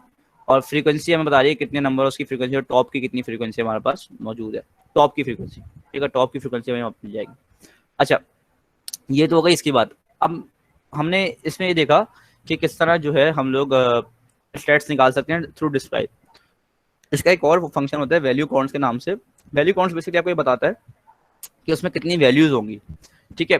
तो इसको अगर मैं रन कर बताऊँ आपको, तो यहाँ पे मुझे पता चल रहा है कि उसमें कितने डिफरेंट वैल्यूज मौजूद है, मतलब जो उसकी जितनी डिफरेंट कैटेगरीज है ना उसमें कितनी वैल्यूज मौजूद है। इससे मुझे एक आइडिया क्लियर हो जाएगा भाई मेरे पास किस किस्म की डाटा मौजूद है, कि मेरे पास उसमें कौन कौन से। अब मिसाल तौर पर मैं ये कह रहा हूँ कि एक के अंदर सिर्फ कोई ब्रांड नेम की बात दोबारा कर लेते हैं ताकि आसानी हो समझने के लिए। अब एक ब्रांड नेम ही पूरे डाटा के अंदर सिर्फ एक ही वैल्यू है इसकी, यहाँ पे देख सकते हैं FWD की जो है 118 वैल्यूज हैं, 75 है उसकी 4WD, मतलब उसमें कुछ ना कुछ वेरिएशन है, ठीक है। लेकिन अगर सिर्फ FWD की सारी 200 वैल्यूज होती या 201 वैल्यूज FWD की होती तो फिर ये भी कॉलम हमारे काम का नहीं था, क्योंकि सब वैल्यूज सेम है, ठीक है। तो वैल्यू काउंट भी हमें एक तरह से ये चीज क्लियर कर देता है, ठीक है। अच्छा इस तरह करते करते हम लोग अच्छा यहाँ पे बस थोड़ी सी इसकी हम लोग ने इसको डाटा को थोड़ा सा सही किया हुआ ताकि हम इसमें बेहतर प्रोटेक्शन कर सकें। तो ये कोड तकरीबन सेम है, यहाँ पे वैल्यू काउंट्स का हमने इस्तेमाल किया था, अब हमने उसको एक डाटा फ्रेम में कन्वर्ट कर दिया। तो डाटा फ्रेम में कन्वर्ट करके हमारे पास थोड़ा सा इस तरह का आ गया। तो यहाँ पे इसका ख्याल रखिएगा, ये जो आप पास करते हैं ना सीरीज होता है। सीरीज क्या होता है? सीरीज समझ लें एक तरह से लिस्ट होता है, राइट। तो जिस तरह हम कॉलम्स को कह रहे थे, कॉलम्स एक तरह से लिस्ट की होता है ना, तो हम उसको पांडास के ना सीरीज कह रहे हैं। डेटा फ्रेम्स क्या होते हैं? डेटा फ्रेम्स होते हैं नंबर ऑफ सीरीज, मतलब बहुत सारी सीरीज जो हो उसको डाटा फ्रेम कहलाता है। और उसका एक डाटा फ्रेम का एक सिंगल जो आप कॉलम निकालेंगे या सिंगल रो निकालेंगे वो सीरीज कहलाती है, ठीक है। तो हम हमेशा सीरीज को इसके अंदर इस्तेमाल करते हैं वैल्यू काउंट्स के अंदर, कि जो हमारे हमें कॉलम चाहिए वो हमें यहाँ पे सीरीज मिल जाएगा। हमने एज अ सीरीज पास किया और यहाँ पे वैल्यू काउंट जो है हमने इसकी वैल्यू काउंट कर ली। इसमें कंफ्यूज होने वाली बात नहीं है, बस एक जनरल चीज़ है कि ये चीज़ जो है वो सीरीज के ऊपर अप्लाई नहीं होती, ठीक है। सीरीज के ऊपर अप्लाई जो डाटा फ्रेम के ऊपर अप्लाई ये नहीं होता, ठीक है। फिर यहाँ पे वैल्यू काउंट्स को मैंने फ्रेम में कन्वर्ट कर दिया है, ठीक है। अच्छा, उसके बाद से जो है इसके ऊपर हम डाटा के ऊपर और मजीद काम करते हैं कि हमने डाटा फ्रेम को, अब जो यहाँ पे हमें डाटा फ्रेम मिला था उसका हमने एक वेरिएबल में स्टोर कर दिया है, ठीक है, ताकि हमारे पास एक बेहतर तरीके से डाटा आ जाए। तो आप यहाँ पे देख सकते हैं कि एक बेहतर तरीके से आएगा। हमारे पास वैल्यू काउंट यहाँ लिखी हुई है और यहाँ पे हमारे पास उसकी वैल्यूज़ की काउंट है, ठीक है। अच्छा, उसके बाद से मैंने यहाँ इंडेक्स नेम, ये जो सर एक सेकंड ऊपर करेंगे। जी बोले आप, कोड चाहिए आपको, ठीक है। आइंदा से हो सके तो कोड हम होपफुली भेज दिया करेंगे आप लोग को। सर ये सेकंड लाइन में क्या हो रहा है? यहाँ बेसिकली सिर्फ हम कॉलम को रीनेम कर रहे हैं, क्योंकि यहाँ पे हमारे ड्राइव व्हील्स आ रही थी। तो ड्राइव व्हील्स इतना बेहतर हमारे पास हमें चीज़ें क्लियर नहीं कर रहा था, हाँ, कि ड्राइव व्हील्स का मतलब क्या है। तो हमने इसको चेंज करके वैल्यू काउंट कर दिया ताकि एक बेहतर हमें समझ में आ जाए कि हाँ भाई इसमें कितनी वैल्यूज होंगी। यहाँ पे in place is equal to true क्या कर रहे हैं? In place equal to true का मतलब ये है कि अगर मैं यहाँ पे in place equal to true हटा दूँ ना, तो इससे फर्क ये पड़ता है। अगर पांडा में खला को कराया होगा, अगर नहीं करवाया तो मैं बताता हूँ। In place equal to true मतलब ये होता है कि ये डायरेक्ट जाकर डाटा फ्रेम में भी चेंज कर देगा। मतलब ऐसा था, मैंने एक वेरिएबल बनाया था, मैंने डाटा फ्रेम बनाया था, ठीक है। मैंने डाटा फ्रेम को एक वेरिएबल में डाल दिया। अब मैं उस वेरिएबल में मैनिपुलेशन कर रहा हूँ, ठीक है, लेकिन मैं नहीं चाह रहा कि मेरी ओरिजिनल डाटा फ्रेम को इम्पैक्ट पड़े। जो मेरा वेरिएबल में जो स्टोर है उसके ऊपर कोई इम्पैक्ट नहीं पड़ना चाहिए, बस मुझे कुछ डाटा पे ट्विक्स करनी है, ठीक है। तो अगर मुझे ओरिजिनल पे कोई फर्क नहीं लाना ना, तो यहाँ पे मैं इन प्लेस कुछ नहीं करूँगा, ठीक है। लेकिन अगर मुझे ओरिजिनल में ही फर्क लाना है, मतलब डाटा फ्रेम में अपना चेंज करना है या उसके इंडेक्स चेंज करना है, कॉलम चेंज करना है, तो उसमें बस मैं करता हूँ, मैं इन प्लेस इक्वल टू यहाँ पे ट्रू कर देता हूँ। तो इसमें ये मुझे बताता है कि भाई मेरे पास जो है ओरिजिनल के अंदर भी जो है, नहीं, इसको फॉल्स रखेंगे तो उसका मतलब ये है कि हमारे पास ओरिजिनल डाटा फ्रेम में कोई इंपैक्ट नहीं पड़ा होगा। जो हमारे ड्राइव व्हील्स काउंट का जो डाटा फ्रेम है उसके ऊपर कोई इंपैक्ट नहीं पड़ा होगा, वैलिड जाएगा। तो मैं फॉल्स कर दूं इसको, तो ये दिखा, ठीक है, ये कह रहा है, ठीक है। तो ड्राइव व्हील से रहेगा, लेकिन वो ड्राइव मुझे चेंज करना है ना इसको, तो इसलिए मैं इसको यहाँ पे वैल्यू काउंट करके इन प्लेस इक्वल टू कर रहा हूँ, ताकि मेरा ड्राइव व्हील्स काउंट जो है वो भी चेंज हो जाए, ठीक है। तो आगे बढ़ते हैं।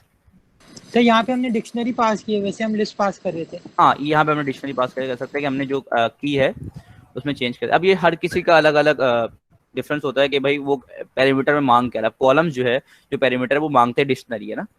तो इसलिए हमने यहाँ पे डिक्शनरी पास की है कि हमने जो की है यहाँ पे जो है हमें जो जिसमें चेंज करना है और जो वैल्यू हमें चेंज होगी, मतलब ड्राइव व्हील जो है वो कॉलम जो है, कॉलम नेम है, इसको हमें चेंज करना है वैल्यू काउंट्स पे। तो ये इस तरह इसका कोड होता है, ठीक है। आगे बढ़ते हैं। अच्छा, अब यहाँ पे मुझे इंडेक्स जो होता है, आप drive wheels count dot index access कर सकते हैं। डॉट करके आप कोई भी कॉलम एक्सेस कर सकते हैं। आपको पता है कि मुझे कोई डाटा फ्रेम का कॉलम एक्सेस करना है तो मैं उसको डॉट के थ्रू भी एक्सेस कर सकता हूँ, या मैं उसको मतलब एक कर्ली स्क्वायर ब्रैकेट में डाल के कर सकता हूँ, मैं उसको डॉट के थ्रू भी कर सकता हूँ, ठीक है। तो डॉट के थ्रू इन्होंने कॉलम को एक्सेस कर दिया, डॉट इंडेक्स डॉट नेम, और इन्होंने कॉलम का नाम चेंज करके ड्राइव व्हील्स रख दिया।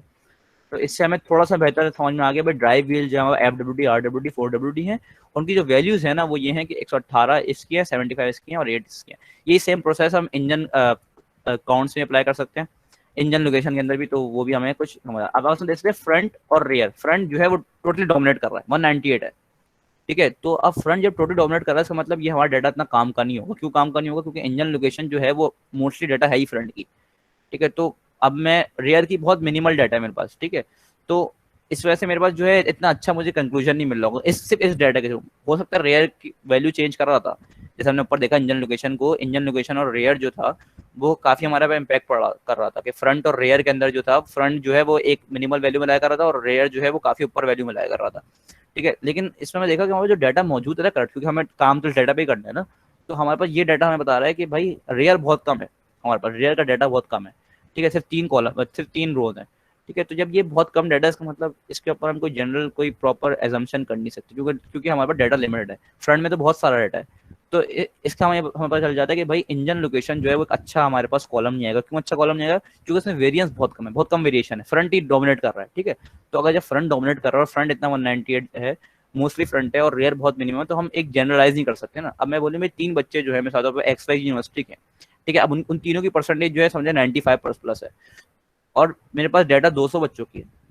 ठीक है, उसमें से 195 बच्चे वो डिफरेंट यूनिवर्सिटीज के, उनकी डिफरेंट डाटा है, लेकिन किसी की 90% नहीं, लेकिन इन 3 बच्चों की जो है सबकी 95% है। तो क्या मैं जनरलाइज कर सकता हूँ 200 में से कि भाई जो इस यूनिवर्सिटी के हर बच्चे की 95% होगी?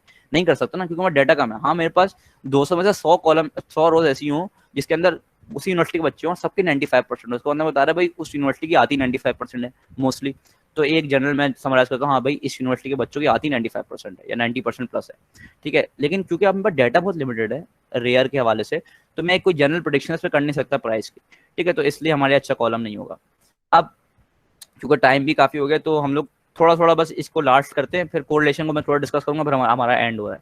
ठीक है, तो थोड़ा सा मेरे साथ आएगा यहाँ पे ग्रुप बाय। ये ग्रुप बाय थोड़ा इंपॉर्टेंट कॉन्सेप्ट है, इसको समझिएगा, क्योंकि हमारे लिए ग्रुप बाय करना बहुत आसानी हो जाती है। ग्रुप बाय करने से ये होता है कि हमें डाटा एक बेहतर तरीके से समझ में आती है, बेहतर तरीके। अब ग्रुप बाय करता क्या है, इसको हम पढ़ते हैं। ठीक है, तो एक group by method groups data by different categories. ठीक है, जैसे यहाँ पे हमने ग्रुप बाय किया था ना, यहाँ पे लेकिन हम सिर्फ वैल्यू ग्रुप बाय कर रहे थे, कितनी फ्रंट की वैल्यूज होंगी। लेकिन अब मुझे चेक करना है भाई फ्रंट की जो है वो प्राइस क्या है, मतलब एक मीन प्राइस क्या है फ्रंट की, मुझे फ्रंट की एवरेज प्राइस निकालनी है ना, तो वो मुझे ग्रुप बाय निकाल के देगा, हेल्प करेगा ग्रुप बाय निकालने में उसके। ठीक है, अब मैं यहाँ से मुझे पता चला, यहाँ पे समझ आया भाई इसकी वैल्यूज क्या है, लेकिन मुझे निकालना है फ्रंट की एक एवरेज प्राइस क्या है। ठीक है, तो वो ग्रुप बाय मुझे हेल्प करेगा निकालने में। ठीक है, तो हम उसको देखते हैं। The data is grouped based on one or several variables and analysis performed in the individual groups. ठीक है, for example, let's group by the variable drive wheels. ठीक है, तो हमें ड्राइव व्हील जो हमारे पास था, तो उसके अंदर हम चेक करें कितने यूनिक कॉलम है। तो हमारे पास यूनिक कॉलम जो है, मतलब यूनिक कैटेगरीज है, वो हमारे पास RWD है, FWD है, 4W। अच्छा, इसका ख्याल रखिएगा, ये ग्रुप बाय वगैरह जो है ये मोस्टली जो है हमारे पास कैटेगोरिकल वैल्यूज के लिए हम इस्तेमाल कर रहे होते हैं, क्योंकि हमें कोई अगर कैटेगरी में चेक करना होता है। नॉन न्यूमेरिक में इतना ज़्यादा हेल्पफुल नहीं होता, क्योंकि नॉन न्यूमेरिक में तो होती कंटिन्यूस वैल्यूज है ना, तो उसमें कोई कैटेगरी नहीं होती कि हम उसको ग्रुप बाय कर सकें। मिसाल तौर पे भाई मुझे चेक करना है कि 5000 प्राइस जो है उसके अंदर क्या क्या मेरे पास चीज़ें आ सकती हैं, तो वो उसके लिए भी हम ग्रुप बाय कर सकते हैं। लेकिन ग्रुप बाय जनरली उसके ऊपर जो आपको परफॉर्म करना होता है ऑपरेशन, जैसे हमें उसमें एवरेज करना है या उसमें हमें उसकी काउंट निकालनी है या हमें उसका मीन निकालना है, उसके स्टैंडर्ड डेविएशन निकालना है, तो ये चीज़ें सिर्फ न्यूमेरिक डाटा पे ही पॉसिबल हो सकती हैं। ठीक है, तो इसलिए हम ग्रुप बाय को generally numeric data non numerical इस्तेमाल करते हैं उसको, और उसको न्यूमेरिक डाटा पे अप्लाई करते हैं। ठीक है, तो if you want to know on average which type of drive wheel is most valuable, we can group drive wheels and then average them. ठीक है, तो यहाँ पे क्या हुआ है, यहाँ पे हमने एक नया डाटा फ्रेम बनाया है, जिसके अंदर हमने वही एक क्या किया, हमने डाटा फ्रेम उठाया, उसके अंदर हमने ड्राइव व्हील्स, बॉडी स्टाइल और प्राइस आ गया। ठीक है, हमने नया डाटा फ्रेम बनाया, उसके अंदर हमने एक छोटा सा अलग से डाटा फ्रेम बना लिया अपने उसका, मतलब हमने चंक उठा लिया, हमारे जितना पूरा बड़ा डाटा फ्रेम था उसका हमने चंक उठा लिया। उसमें कौन कौन से कॉलम है, ड्राइव व्हील्स हैं, बॉडी स्टाइल है और प्राइस का कॉलम है हमारे पास। ठीक है, तो उसको हमने अपने पास ले लिया। फिर उसके बाद हमने क्या किया, अब हमें ग्रुप बाय करना है। अच्छा, ग्रुप बाय हमें इसमें क्या करना है, हमें इसमें चेक करना है कि भाई ड्राइव व्हील्स की जो है वो प्राइस क्या है, उसका मीन क्या है प्राइस का। कि मैं चेक कर रहा हूँ कि मेरे पास डिफरेंट कैटेगरीज हैं ड्राइव व्हील्स की ना, कि RWD और FWD जो हमारे पास ड्राइव व्हील्स की कैटेगरीज मौजूद थी वहाँ पे। अब किसी कोई सवाल है? नहीं? अच्छा, हमें ड्राइव व्हील्स की जो है डिफरेंट कैटेगरीज जो है उसको मैं चेक करना, उसकी उन सब कैटेगरीज की क्या क्या मीन प्राइस है। कि मैं चेक कर रहा हूँ मैं भाई RWD की मीन प्राइस क्या है, FWD की मीन प्राइस क्या है, तो ये मेरे काफ़ी हेल्पफुल होता है। ठीक है, तो इसके लिए मैं क्या कर रहा हूँ कि DF ग्रुप 1 जो है मैंने किया और वही डाटा फ्रेम को पास कर रहा हूँ, और सिंपल इसका फंक्शन होता है ग्रुप बाय के नाम से। ठीक है, ग्रुप बाय करता क्या है, ग्रुप बाय करता ये है कि हमारे पास जो है ड्राइव व्हील जो है, ठीक है, यहाँ पे मैंने पास किया जिससे मुझे ग्रुप बाय करना है।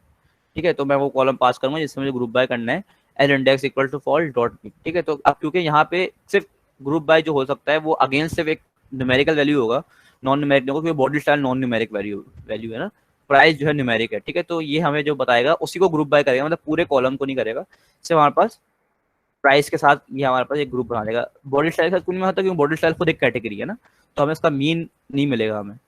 ठीक है, तो इसलिए इसने हमारे पास क्या किया, हमने ग्रुप बाय किया ड्राइव व्हील्स को अगेंस्ट प्राइस। ठीक है, और ग्रुप बाय में क्या किया, उसने कैटेगरी में जितनी 4WD के रोज से जितनी 4WD की प्राइस, ये ग्रुप बाय वाली बात नहीं है। जी मैं आपको क्लियर कर रहा हूँ। ठीक है, तो इसमें ये हुआ है कि जितने भी 4WD के कैटेगरीज है ना, उसकी जितनी जितनी प्राइसेस थी ना, हमने सबको ऐड किया और सबको जो सबका मीन निकाल लिया। ठीक है, क्या मतलब, भाई मैं इसको यहाँ पे बेहतर समझाता हूँ आपको। ठीक है, अब मैं कह रहा हूँ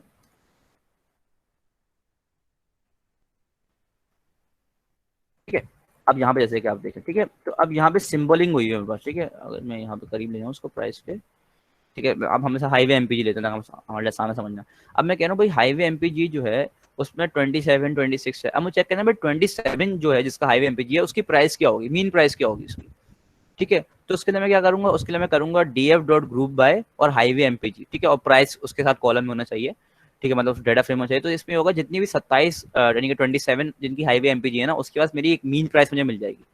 इससे मेरे पास क्या आसानी होगी, मुझे आसानी हो जाएगी भाई, मैं कह रहा हूँ अगर मेरे पास हाईवे एमपीजी जिसकी 27 है ना, उसकी एक जनरल प्राइस ही हो सकती है, क्योंकि हमने हमारा डाटा जो है हमारे उससे उसकी एक एवरेज प्राइस बता रहा है। वो एवरेज प्राइस क्या बता रहा है हमें, वो एवरेज प्राइस बता रहा है यहाँ पे तो मिल लिया हमें, हम अगर निकालें तो एक उसकी एक एवरेज प्राइस हमें बताएगा, ठीक है। जैसे यहाँ पे हमें ड्राइव व्हील्स के बता रहा था कि 4WD की जो एवरेज प्राइस होती है वो समथिंग 10,241 होती है, ठीक है।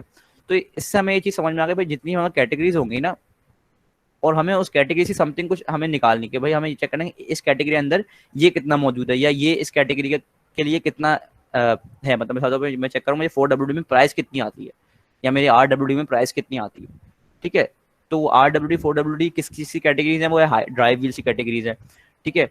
तो इसलिए मैं ड्राइव व्हील्स से कॉलम को ग्रुप बाय कर दिया प्राइस से, ठीक है। जब मैंने ड्राइव व्हील से कॉलम ग्रुप बाय किया प्राइस से, तो इससे ये हुआ कि जितनी भी उसकी डिफरेंट कैटेगरीज थी ना, अब जितनी भी प्राइसेस थी, ठीक है, और उसने ये चेक किया कि 4WD कितनी प्राइसेस थी, ठीक है। तो अगर मैं चाहता हूँ मैं मीन हटा दूँ, ठीक है, तो अब यहाँ पे बहुत सारी एक मिनट यहाँ पे नहीं, अच्छा ये नहीं होगा, ठीक है, सॉरी।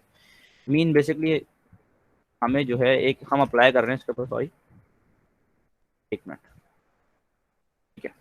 तो मीन बेसिकली हमें ये बता रहा है कि जितनी भी डाटा उसकी प्राइस की मौजूद होगी हमारे पास, उसके अंदर जो है जो 4WD वाले होंगे, जो कैटेगरीज होंगी, उनका क्या मीन होगा, उनकी मीन प्राइस क्या होगी, ठीक है। अगर नहीं क्लियर है अभी भी तो इसको जनरल समझ लें भाई, मुझे एक कैट में डिफरेंट कैटेगरीज मौजूद है, मेरे पास डिफरेंट क्लासेस मौजूद हैं, ठीक है। अब मुझे निकालना भी हर क्लास में जो है 90% के वाले सारे बच्चे बैठे हैं, ठीक है। अब मेरे पास 3 क्लासेस हैं, ठीक है। अब मुझे निकालना है कि 3 क्लास वाले बच्चे हैं मेरे पास, अब मेरे पास समझ लें कि मेरे पास A, B और C मौजूद है, ठीक है, ग्रेड्स है मेरे पास, और मेरे पास समझ लें कि बहुत सारी क्लास हैं, 10 क्लासेस कह लें। अब मुझे चेक करना है कि भाई कितनी क्लासेस में A ग्रेड आया है, ठीक है। तो मैं क्या करूंगा, मैं लगाऊंगा जो क्लासेस हैं और मैं ग्रुप बाय कर दूंगा उसको जो मेरे ग्रेड्स हैं, ठीक है। जब मैं उसे ग्रेड से ग्रुप बाय करूंगा तो मेरे भाई A जो है वो इतनी क्लासेस में है, B जो है वो इतनी क्लासेस में है, C वो इतनी क्लासेस में है, ठीक है। तो वो इस तरह करके ग्रुप बाय कर देगा, ताकि पूरी क्लास के जितने भी एज होंगे वो, या काउंट निकालनी है मुझे जितनी भी क्लासेस में कितने बच्चे हैं ऐसे जिनके एज आए हैं, ठीक है। तो वो काउंट को जो है वो ग्रुप बाय कर देगा मेरे ग्रेड से। तो मुझे सामने लगा भाई जिसका A आया है वो 500 बच्चे हैं, जिनका B आया है वो 300 है, जिनका C आया है वो 200 है, इस तरह करके हमें ग्रुप बाय हो जाएगा। किसी को क्लियर है, अभी भी समझ में नहीं आई बात? सही, ग्रुप बाय जो आपने ड्राइव व्हील को किया तो इसने प्राइस के अगेंस्ट क्यों ग्रुप किया हुआ है? अच्छा, इसने देखे ना हमारे पास जो है यहाँ पे 3 कॉलम मौजूद थे ना, हमारे पास ड्राइव व्हील्स था, बॉडी स्टाइल था, प्राइस था, ठीक है। बॉडी स्टाइल तो कैटेगोरिकल था, तो वो उसके ऊपर तो मीन अप्लाई नहीं कर सकता ना वो, ठीक है। तो जो हमारे पास जो हमारे पास नॉन कैटेगोरिकल था, जो हमारे पास न्यूमेरिक वैल्यूज थी, सिर्फ उस पर ही हम ये अप्लाई कर सकते हैं ग्रुप बाय, जैसे मैंने आपको पहले बताया था कि उसके अगेंस्ट ही हम कर सकते हैं ना यहाँ पे, तो इसलिए उसने उसके अगेंस्ट ही यहाँ पे अप्लाई कर दिया है, ठीक है। अगर यहाँ पे मैं मीन नहीं निकालूँ उसका, मुझे एक मिनट, ठीक है, मैं चेक कर लेता हूँ। यहाँ पे लिखूँ बॉडी स्टाइल,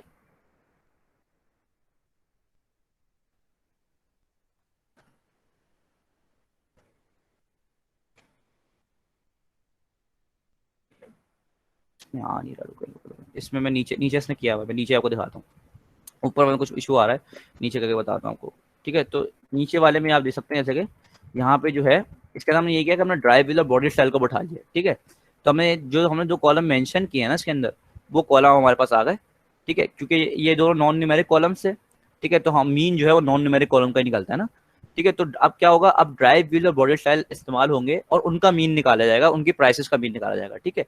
तो अब यहाँ पे देख सकते हैं कि इंटरसेक्शन हो रहा होगा मतलब अब हमने क्या किया, हमसे पहले चेक करते हैं 4WD की एवरेज प्राइस क्या है, लेकिन हम ये चेक करें 4WD और हैचबैक की एवरेज प्राइस क्या आएगी, ठीक है। तो हमने एक मजीद एट्रीब्यूट डाल दिया, पहले हम चेक करते हैं 4WD की एवरेज प्राइस क्या आएगी, लेकिन हमने एक मजीद एट्रीब्यूट डाल दिया कि 4WD भी और हैचबैक भी है, तो इसकी एवरेज प्राइस क्या होगी। इस तरह करके अगर इंजन साइज भी चेंज करना है तो आपने अब इंजन साइज डाल दिया आपने, ठीक है। फिर आप कहेंगे 4WD इंजन साइज और बॉडी हैचबैक की क्या प्राइस होगी, ठीक है। तो इससे हमें हेल्प होगी डाटा प्रोडिक्ट करने के लिए, ठीक है। हमने डाटा एनालाइज कर लिया भाई, हमने चेक किया 4WD हैचबैक की ये प्राइस है, फिर उसके बाद से सेडान की ये प्राइस है। तो इस तरह कर करके हमें डाटा को एनालाइज करते जा रहे हैं कि भाई हाँ चीज़ हमारे से सामने क्लियर हो गई, हमने कहाँ से स्टार्ट किया था, हमारे पास डाटा फ्रेम था जिसमें हमें कुछ नहीं पता था क्या क्या चीज़ें मौजूद है। अब हमें बहुत सारी चीज़ क्लियर नजर आ रही है, एक पैटर्न नजर आ रहा है कि भाई अगर 4WD है तो उसकी प्राइसेस ज़्यादा हैं, ठीक है। अगर FWD है तो मतलब उसकी प्राइसेस कम है फॉर एग्जांपल, और RWD है तो उसकी कम प्राइसेस हैं। तो इस तरह करके हमें एक डाटा का एक व्यू नजर आ रहा है, एक बेहतर तरीके से समझ में आ रहा है डाटा, ठीक है। इस तरह हमें जब डाटा और समझ में आने लग जाएगी तो उसमें हम प्री प्रोसेसिंग अप्लाई कर सकते हैं, फिर इन द एंड फिर हम मॉडलिंग कर सकते हैं, और फिर हमारे पास प्रोडिक्शन एक अच्छी तरीके से हमारे पास एक एक्यूरेसी भी अच्छी आ जाएगी, ठीक है। तो बस ये वही है पूरा कह लें एक्सरसाइज उसी चीज़ की है कि इन द एंड हम वो कॉलम्स दे लें जो हमारे पास इंपॉर्टेंट है, ठीक है। बस अब ये कितना बाकी है? बस आखिरी है, ठीक है, बस ये आखिरी रह गया। इसके बाद से मेरे ख्याल से कोरिलेशन मैंने करवा दिया, कोरिलेशन की मतलब मैं नोटबुक डाल दूंगा, इसमें कुछ चीज़ें एक्स्ट्रा भी हैं, वो आप साइपा वगैरह वाले आप चाहें तो इग्नोर कर सकते हैं, चाहे तो पढ़ लें। जो काम का है जो मैं यहाँ तक ख़त्म कर दूंगा आप लोग के लिए, इस पे हीट मैप्स से ख़त्म करते हैं, ठीक है। थोड़ा सा है बस, इसको थोड़ा सा रह गया है। तो अब ये पिवट वाला भी निकाल सकते हैं, जैसे कि पिवट बस बेसिकली करते हैं हमें डाटा हमारे लिए एनालाइज करना आसान कर देता है कि अब हमारे पास बॉडी स्टाइल और ड्राइव व्हील जो है वो एक्स एक्सिस में आ गए। अभी डाटा थोड़ा सा अनक्लियर हो रहा था कि 4WD हैचबैक है और थोड़ा सा डाटा क्लीन नहीं था ना, लेकिन अब थोड़ा हमें बेहतर विजुलाइज हो रहा है कि भाई हाँ 4WD है और हैचबैक है तो उसकी प्राइस ये है, 4WD है सेडान है तो उसकी प्राइस ये है, 4WD वैगन है तो उसकी प्राइस ये है, ठीक है। तो बस कुछ नहीं है, बस डाटा समझने के लिए हमने और फिर हम जी जी सर इस लाइब्रेरी के जितने भी फंक्शन हैं वो आप लोग अपलोड कर सकते हैं, ऐसे पिवट का अलग है और जो है डेटा फ्रेम का अलग है, हाँ मतलब सॉर्टिंग के लिए यूज कर रहे हैं। जी जी फंक्शंस तो उसके बहुत सारे होते हैं, ठीक है। अब वो आप पर डिपेंड करता है आपको इस्तेमाल कौन सा करना है, ठीक है। अब मिसाल तौर पे आपको पिवट इस्तेमाल नहीं करना, ठीक है, आपको न समझ में आ रहा है भाई इस डाटा से आपको क्लियर है कि भाई हाँ 4WD हैचबैक का आपको समझ में आ रहा है कि भाई इसकी प्राइस इतनी है। पिवट हम इसलिए इस्तेमाल करें ताकि डाटा थोड़ी सी हमारे पास क्लीन आ जाए। जो काम के फंक्शन है ना, वो जो मैंने अभी तक आपको जो काम के फंक्शन पढ़ा है वो एक तो ग्रुप बाय बहुत इंपॉर्टेंट फंक्शन है आपके लिए, ठीक है। बाकी ये आप पर डिपेंड करता है कि आपको उसमें करना क्या है, ठीक है। तो ये आपको अपलोड हो जाएगी, सारे फंक्शन तो ऐसा हम अपलोड नहीं कर सकते, एक जनरल कर सकते हैं जो हम इंपॉर्टेंट सर जो डेटा साइंस में बहुत ज्यादा यूज होते हैं जो कॉमन फंक्शन है। हाँ ये मतलब वही आपको जनरली वही हम पॉइंट करके पढ़ा रहे हैं ना, ग्रुप बाय वगैरह हो गए और डिफरेंट जो हमने प्लॉटिंग के आपको पढ़ाए थे रेज प्लॉट वगैरह हो गया, तो ये जनरल ज़्यादातर इस्तेमाल होते हैं। अब आगे प्री प्रोसेसिंग आएगी उसमें और ज़्यादा मजीद फंक्शन इस्तेमाल होंगे, ठीक है। अभी एक जनरल हम एनालिसिस कर रहे हैं, प्री प्रोसेसिंग के अंदर जब आप आएंगे इंशाल्लाह अगला सेशन का प्री प्रोसेसिंग का होगा तो उसके अंदर आपको ज़्यादा बेहतर समझ में आ जाएंगी सब चीज़ें, ठीक है। तो हाँ बस आगे बढ़ते हैं, ठीक है। अच्छा यहाँ पे एक इसका हम लोग ये भी कर सकते हैं कि अगर चाहें तो वही विजुअलाइजेशन वाली बात है कि हम इसका एक हीट मैप बना सकते हैं, ठीक है। हीट मैप क्या होता है? हीट मैप बेसिकली ये होता है कि आपको एक जनरल एक बेहतर डाटा समझाता है, ठीक है। क्या मतलब बेहतर डाटा समझाते हैं? मतलब अब ये है कि चीज़ वही है, बात सेम टू सेम यही हो रही है, ठीक है। पूरा कॉलम यही है, लेकिन हमें ग्राफ जो है बेहतर तरीके से एक हमें सिनेरियो बताता है कि भाई डाटा के अंदर एक्चुअली हो क्या रहा है या इसके अंदर क्या क्या मौजूद है। तो यहाँ पे इसका आपको एक स्केल नजर आ रहा है, ये सब प्राइसेस का स्केल है, 8000 10,000 12,000 सब प्राइसेस का स्केल आ गया पूरा, ठीक है। कि ब्लू वाला जो है वो 24,000 को पॉइंट कर रहा है, रेड वाला जो है वो 8,000 को पॉइंट कर रहा है, इस तरह करके पूरा हीट मैप हमारे पास आ गया, ठीक है। तो इसमें नजर आ रहा है कि काफ़ी डाइवर्स डाटा है, काफ़ी डिफरेंट डाटा है, ठीक है। तो यहाँ पे आपको नजर आ रहा है कि 0 से लेकर 2 तक, लेकिन ये जो ग्राफ बना है ना ये इतना अच्छा नहीं बना, इसके अंदर कॉलम जो है हमें अनक्लियर है कि भाई कौन सा कॉलम प्राइस का है, कौन सा कॉलम हमारे पास जो है वो आपका पेवेट, कौन सा कॉलम हमारे पास बॉडी साइज का, कौन सा कॉलम ड्राइव व्हील्स का, ठीक है। तो कुछ सर इसका कोड का सिंटैक्स समझा देंगे कि यहाँ पे क्या क्या चीजें आपने इनपुट। अच्छा यहाँ पे तो ऐसा कोई मेजर चीज़ नहीं है ना, यहाँ बेसिकली हमने ये किया कि PLT होता है मैटप्लॉटलिब था, ठीक है। हमने plot.p कलर किया है और हमने जो हमें जो डाटा फ्रेम हमने यहाँ पे पास किया जो हमें चाहिए था डाटा फ्रेम, और यहाँ पे सी मैप किया। रेड ब्लू बेसिकली ये बताता है कौन सा वो कलर चाहिए, ठीक है। आप यहाँ पे चेंज कर सकते हैं वैल्यू, ठीक है। तो यहाँ पे डिफरेंट कलर्स प्लॉट हो जाएंगे, ठीक है। मतलब डिफरेंट कलर्स मतलब कि बस ये कलर चेंज हो जाएंगे, ये रेड ब्लू नहीं होगा, फिर कुछ और कलर आ जाएगा, ग्रीन ग्रे आ जाएगा, आपकी मर्जी है। और सर कलर बार और प्लॉट डॉट कलर बार बेसिकली ये है कि आपको ये जो कलर बार नजर आ रहा है यहाँ पे वो ये प्लॉट हो रहा है, ठीक है। तो और प्लॉट डॉट शो ये कर रहा है कि जो पूरा प्लॉट बना है PLT, तो ये बेसिकली मैटप्लॉटलिब का चीज़ है। मतलब कि मैंने एक प्लॉट जो है इसकी मैंने लाइब्रेरी से .py से PLT के एक इंस्टेंस ले लिया, ठीक है। उस इंस्टेंस के ऊपर मैं काम कर रहा हूँ ना, इंस्टेंस के ऊपर मैं काम कर रहा हूँ, जो उसका P कलर जो है वो मैंने ये रख दिया, उसका कलर बार जो है वो ये रख दिया, तो इस तरह, ठीक है। अच्छा बस आखिरी चीज़ है, इसको खत्म करते हैं, टाइम भी काफ़ी हो गया हमारे पास। तो ये डाटा थोड़ा सा अनक्लियर है, ग्राफ जो है हमें इतना समझ में नहीं आ रहा कौन सा कॉलम किस चीज़ को पॉइंट कर रहा है, ठीक है। या कौन सा डाटा कौन सा, क्योंकि यहाँ पे 0 1.5 3.0 समझ में 3.0 है क्या। तो इसके लिए थोड़ा सा ये हैवी कोड है समझने के लिए, ठीक है।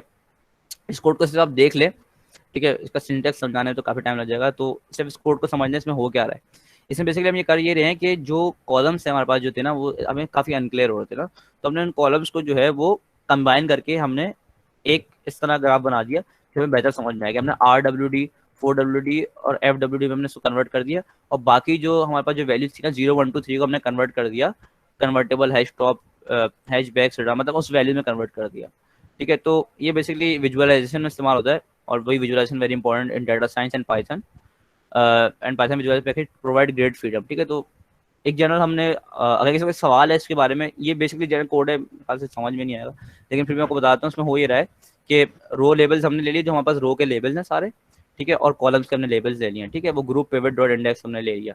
उसका हमने किया गया हमने किया ये कि एक्स डॉट सेट, अब इसकी ये थोड़ी सी कॉम्प्लिकेशन है इसके कोड के अंदर, तो इसको अभी रहने जी बोले सर ये पिवट प्लॉट जो बॉक्सन विक्सर और जो बाकी जो हमने प्लॉट्स किए उससे ज़्यादा बेनिफिशियल कैसे है, मतलब हम ये यूज क्यों करते हैं, कोई स्पेसिफिक रीजन? देखिए अच्छा ये डिफरेंट चीज़ें होती हैं, डिपेंड करता है आपके ऊपर। हम बस डिफरेंट टेक्निक्स देख रहे हैं भाई किस तरह हम डाटा को रिप्रेजेंट कर सकते हैं। हमने अभी देखा, हमने पहले रेज प्लॉट देखा कि किस तरह हम रिग्रेशन प्लॉट कर सकते हैं, किस तरह हमें उससे कोरिलेशन समझ में आ सकता है, ठीक है। फिर हमने उसके बाद बॉक्स प्लॉट देखा, जैसे हमने देखा भाई हम क्योंकि नॉन कैटेगोरिकल या न्यूमेरिक वैल्यूज जो है वो हम लोग रेज प्लॉट के थ्रू समझ नहीं सकते, तो उसके लिए हमने जो है बॉक्स प्लॉट देखा, ठीक है। इस तरह करके अब हम हीट मैप्स देख रहे हैं। हीट मैप हमें क्या बता रहे हैं, जनरल जो है हमारे पास डाटा मौजूद है, आप चाहे इसको प्लॉट करें, आप चाहे ना प्लॉट करें, ठीक है, उसमें कोई मुझे फर्क नहीं पड़ता। लेकिन इससे आपको समझने आसानी हो जाती है ना, कि अगर मैं कहना चाह रहा हूँ कि इसका कोड जो है वो कोड आपको समझने की जरूरत नहीं है, कोड अवेलेबल होता है नेट पे, ऐसा कोई मुश्किल नहीं होता। असल चीज़ है कॉन्सेप्ट समझना कि हमें क्या क्या चीज़ें मौजूद हैं। कोड को इतना आप सर पर सवार नहीं करेंगे, इतना लंबा कोड लिखा हुआ है, कोड आपको नेट में मिल जाएगा सारा। असल चीज़ ये कि हम कर क्या रहे हैं, हम क्यों कर रहे हैं इस चीज़ को। हम इसको इस चीज़ के लिए इससे कर रहे हैं ताकि हमारे पास जो डाटा है वो एक बेहतर ऑर्डर में हमें नजर आए, एक क्लियर पिक्चर नजर आएगा। मिसाल तौर पर मैं किसी नॉन डाटा साइंटिस्ट से नॉन उस बंदे को इसको डाटा का इतना पता नहीं है, तो उसको ये डाटा समझाना ज़्यादा आसान होगा बामुकाबले इस टेबल के, ठीक है, बामुकाबले इस टेबल के। ये टेबल थोड़ा समझना मुश्किल होगा, बोला ये 7000 क्या बता रहा है, अनक्लियर है, ठीक है। लेकिन जब मैं उसको ये डाटा दिखाऊंगा तो उसको हाँ यार समझ में आ रहा है कि ये स्केल 24000 है, और जब मेरे पास कन्वर्टेबल और RWD आ जाए तो रेंज जो है समझे 24000 के अंदर लाई करती है। इसके डिफरेंट टेक्निक हो सकते हैं, हमने डिफरेंट ग्राफ पढ़े हैं, इसको आप डायरेक्ट प्लॉट कर सकते हैं या मुख्तलिफ कर सकते हैं। हमने हीट मैप्स के थ्रू अभी पढ़ा है कि हीट मैप्स के थ्रू किस तरह कर सकते हैं, ठीक है। तो डिफरेंट टेक्निक्स हैं। अभी ये हीट मैप आप मैं पढ़ा रहा हूँ ताकि थोड़ा सा जो है ना क्लियर हो जाए, वरना बहुत सारे टेक्निक्स इस्तेमाल हो सकती हैं। अब किसी का कोई सवाल है पूरे इससे रिलेटेड तो कर ले, यहाँ पे हम लोग मतलब एंड करते हैं। नहीं, हाँ, आप बता रहे हैं खत्म हो गया हमारा सेशन। आज किसी को कोई सवाल है इसके रिलेटेड? इसके अलावा एक दो सवाल जो हुए थे बेसिकली जो ये plt.show, बेसिकली अगर हम नहीं लिखेंगे तो यहाँ पर जुपिटर नोटबुक में शो नहीं होगा, ये सवाल आया हुआ था। इसके अलावा अभी जो सवाल पूछा गया था कि हीट मैप क्यों यूज करते हैं, हमजा ने बहुत अच्छा समझा दिया इसको। लेकिन कुछ होता है कभी कभी डेटा हमारे पास डिपेंड करता है डेटा की टाइप पे। अगर मेरे पास मैप का डेटा है, हमने देखा होगा मैप में कलर शो होते हैं कि भाई ये सी है, यहाँ पर गर्मी हो रही है, तो वहां पर हमारे पास हीट मैप अच्छा काम करता है। तो ये डिफरेंट डेटा की टाइप पर डिफरेंट विजुअलाइजेशन काम करती है। तो दिस ऑल ये सब समझा चुका है हमजा। इसके अलावा और किसी को कोई डिफिकल्टी है तो प्लीज ड्रॉप कर दे, वरना हम ये सेशन को एंड करते हैं आज। Thank you so much Hamza for the insightful session, it was really great. Thank you. कोई सवाल है किसी का? आई थिंक नहीं है। अगर हो भी बाद में सवाल तो डिस्कॉर्ड पे वहां पर आप ड्रॉप कर सकते हैं सवाल, and we will be there to answer you all. Thank you so much. एक सवाल आया हुआ है। अच्छा, as index in group by, एक मिनट में फिर स्क्रीन शेयर कर दो। अच्छा, एज इंडेक्स जो था बेसिकली वो ये बता रहा था कि जो हमारे पास कॉलम की कैटेगरीज थी ना 4WD, ये क्या हम उसको एज इंडेक्स यूज करें, मतलब इंडेक्स को एक्सेस करने के लिए? तो अगर उसको फॉल्स कर देंगे तो वो बाय डिफॉल्ट अपने इंडेक्सेस बना देगा 0 1 2, ठीक है। और अगर हम लोग उसको ट्रू रखेंगे तो वो जो उसकी कैटेगरीज थी वो उसको ही एज इंडेक्स यूज कर देगा, दैट्स इट, और उसका कोई यूज नहीं है। तो एक क्लियर हो गया दूसरा प्रैक्टिस कर लें सर। तो ये हम अगर नहीं डिफाइन करें तो कुछ फर्क तो नहीं पड़ता ना एज इंडेक्स? देखिए इसकी फिर एक डिफॉल्ट वैल्यू ऑलरेडी डिफाइंड हुई होगी ना एज इंडेक्स की, तो ऑटोमेटिकली उस डिफॉल्ट वैल्यू पे आपको प्लॉट करके दे देगा। पाइथन में हर किसी की डिफॉल्ट वैल्यू डिफाइन हुई होती है ना हर पैरामीटर्स की, तो अगर आपको कुछ मेंशन नहीं करते तो ऑटोमेटिकली आपको कोई ना कोई चीज़ तो शो कर देता है, ठीक है। मतलब हर सॉरी हर किसी की नहीं होती, लेकिन वो बात चीज़ों की डिफॉल्ट ऑलरेडी पैरामीटर से डिफाइन होती है, ठीक है। तो फुली क्लियर एज इंडेक्स को अगर चाहे मैं दिखा देता हूँ ट्रू करके क्या फ़र्क पड़ता है, ताकि अगर किसी को अनक्लियर हो रहा है सिर्फ इसलिए, ठीक है। तो इससे बस ये है कि कैटेगरीज के ऊपर नहीं अगर हम index एज डाल- इंडेक्स डाले ही नहीं, मतलब ये हाँ तो बाय डिफॉल्ट ट्रू होता है, तो अगर हम नहीं डालेंगे ना तो हाँ। बाय डिफॉल्ट ट्रू होगा। रिमूव करके दिखाओ उसको, इनको रिमूव करके दिखाओ, हाँ बाय वही आंसर डिफॉल्ट आएगा। ट्रू ठीक है, ठीक तो है, बाय तो डिफॉल्ट वही किया इसने। ड्राइव व्हील, अब ये 4WD हमारा ये इंडेक्स यूज होगा, हमें एक्सेस करना होगा इस डेटा फ्रेम को, तो हम लोग 4WD से एक्सेस कर सकते हैं। ये इंशाल्लाह हम नेक्स्ट में और कवर करेंगे तो क्लियर हो जाएगा। ठीक है, इसके अलावा कोई और सवाल या हम सेशन को एंड करें? सर कोई असाइनमेंट दे देते। असाइनमेंट होगा तो वो हम डिस्कॉर्ड चैनल पे डाल देंगे, डिपेंड करता है, या फिर हम लोग एक साथ एक बड़ा असाइनमेंट आपके लिए बना देंगे after the session, 2 more sessions, तो प्लीज उसके लिए इंतजार करें। ठीक है, thank you so much Hamza. Group by, जी कोई सवाल है? सर ग्रुप बाय बता दें। ग्रुप बाय बता रहे हैं। अच्छा एक मिनट, मैंने फिर बंद कर दिया, सॉरी, मैं एक दफ़ा बता देता हूँ। देखो जनरली वही ग्रुप बाय जो होता है मुझे डिफरेंट कैटेगरीज के ऊपर जो है चेक करना है कि उसकी प्राइस क्या है। ठीक है, अब यहाँ पे ड्राइव व्हील है तो उसके डिफरेंट कैटेगरीज है, 4WD, FWD, RWD है, राइट। अब मुझे इसको चेक करना है भाई 4WD की एवरेज प्राइस क्या होगी। ठीक है, तो अब 4WD की या तो मैं सारे कॉलम्स ले लूँ, ठीक है, लेकिन ग्रुप बाय फंक्शन बस ये कर देता है कि मेरे पास जो एक कॉलम है और मेरे पास दूसरा कॉलम है, ठीक है, तो उस जो मैंने फर्स्ट कॉलम में साथ मेरे पास ड्राइव व्हील्स का कॉलम है, तो जितनी उसकी कैटेगरीज होंगी वो ग्रुप बाय कर देगा उस दूसरे कॉलम को उस कैटेगरी के ऊपर। क्या मतलब कि भाई जो 4WD जो है हमारे पास, उसकी जितनी भी प्राइसेस है ना वो सब ग्रुप बाय हो जाएंगी। मतलब जितनी भी प्राइस की जो अगेंस्ट जो होगा, मतलब कोई भी प्राइस है उसके अगेंस्ट हमारे पास 4WD लिखा हुआ है। ठीक है, अब जितने भी इस तरह के हमारे पास रोज हमारे पास मौजूद हैं वो सारी एक तरह से ग्रुप बाय होकर हमारे पास आ जाएंगी कि भाई जितनी भी 4WD के हमारे पास रोज मौजूद थी उन सबकी ये प्राइसेस हैं। ठीक है, मतलब ये एवरेज प्राइस है। इस तरह करके FWD की भी है। तो बस ग्रुप बाय हम ये करते हैं कि अगर मुझे एक रिलेशनशिप देखना है, मतलब जनरल होल कैटेगरी का रिलेशनशिप देखना है कि मेरे पास जितनी भी एक कॉलम के अंदर डिफरेंट कैटेगरीज मौजूद हैं, मुझे उसका रिलेशनशिप निकालना है दूसरे कॉलम से, या मुझे वैल्यूज निकालने दूसरे कॉलम की, तो मैं उस कैटेगरी में ग्रुप बाय कर दूंगा उस कॉलम को उस स्पेसिफिक कॉलम से, तो उसकी जितनी भी वैल्यूज होंगी ना वो एक तरह से कहने ग्रुप बाय हो जाएगी। क्लियर हुआ या नहीं हुआ? Yes sir. क्लियर हो गया? चलें ठीक है, बेहतरीन बेहतरीन। और कोई सवाल तो नहीं है? कोई सवाल है और तो पूछ लें। ठीक है, बस सही है, थैंक यू सो मच। ठीक है, फिर हमको नेक्स्ट सेशन में मिलते हैं आपसे इंशाल्लाह। अल्लाह हाफिज।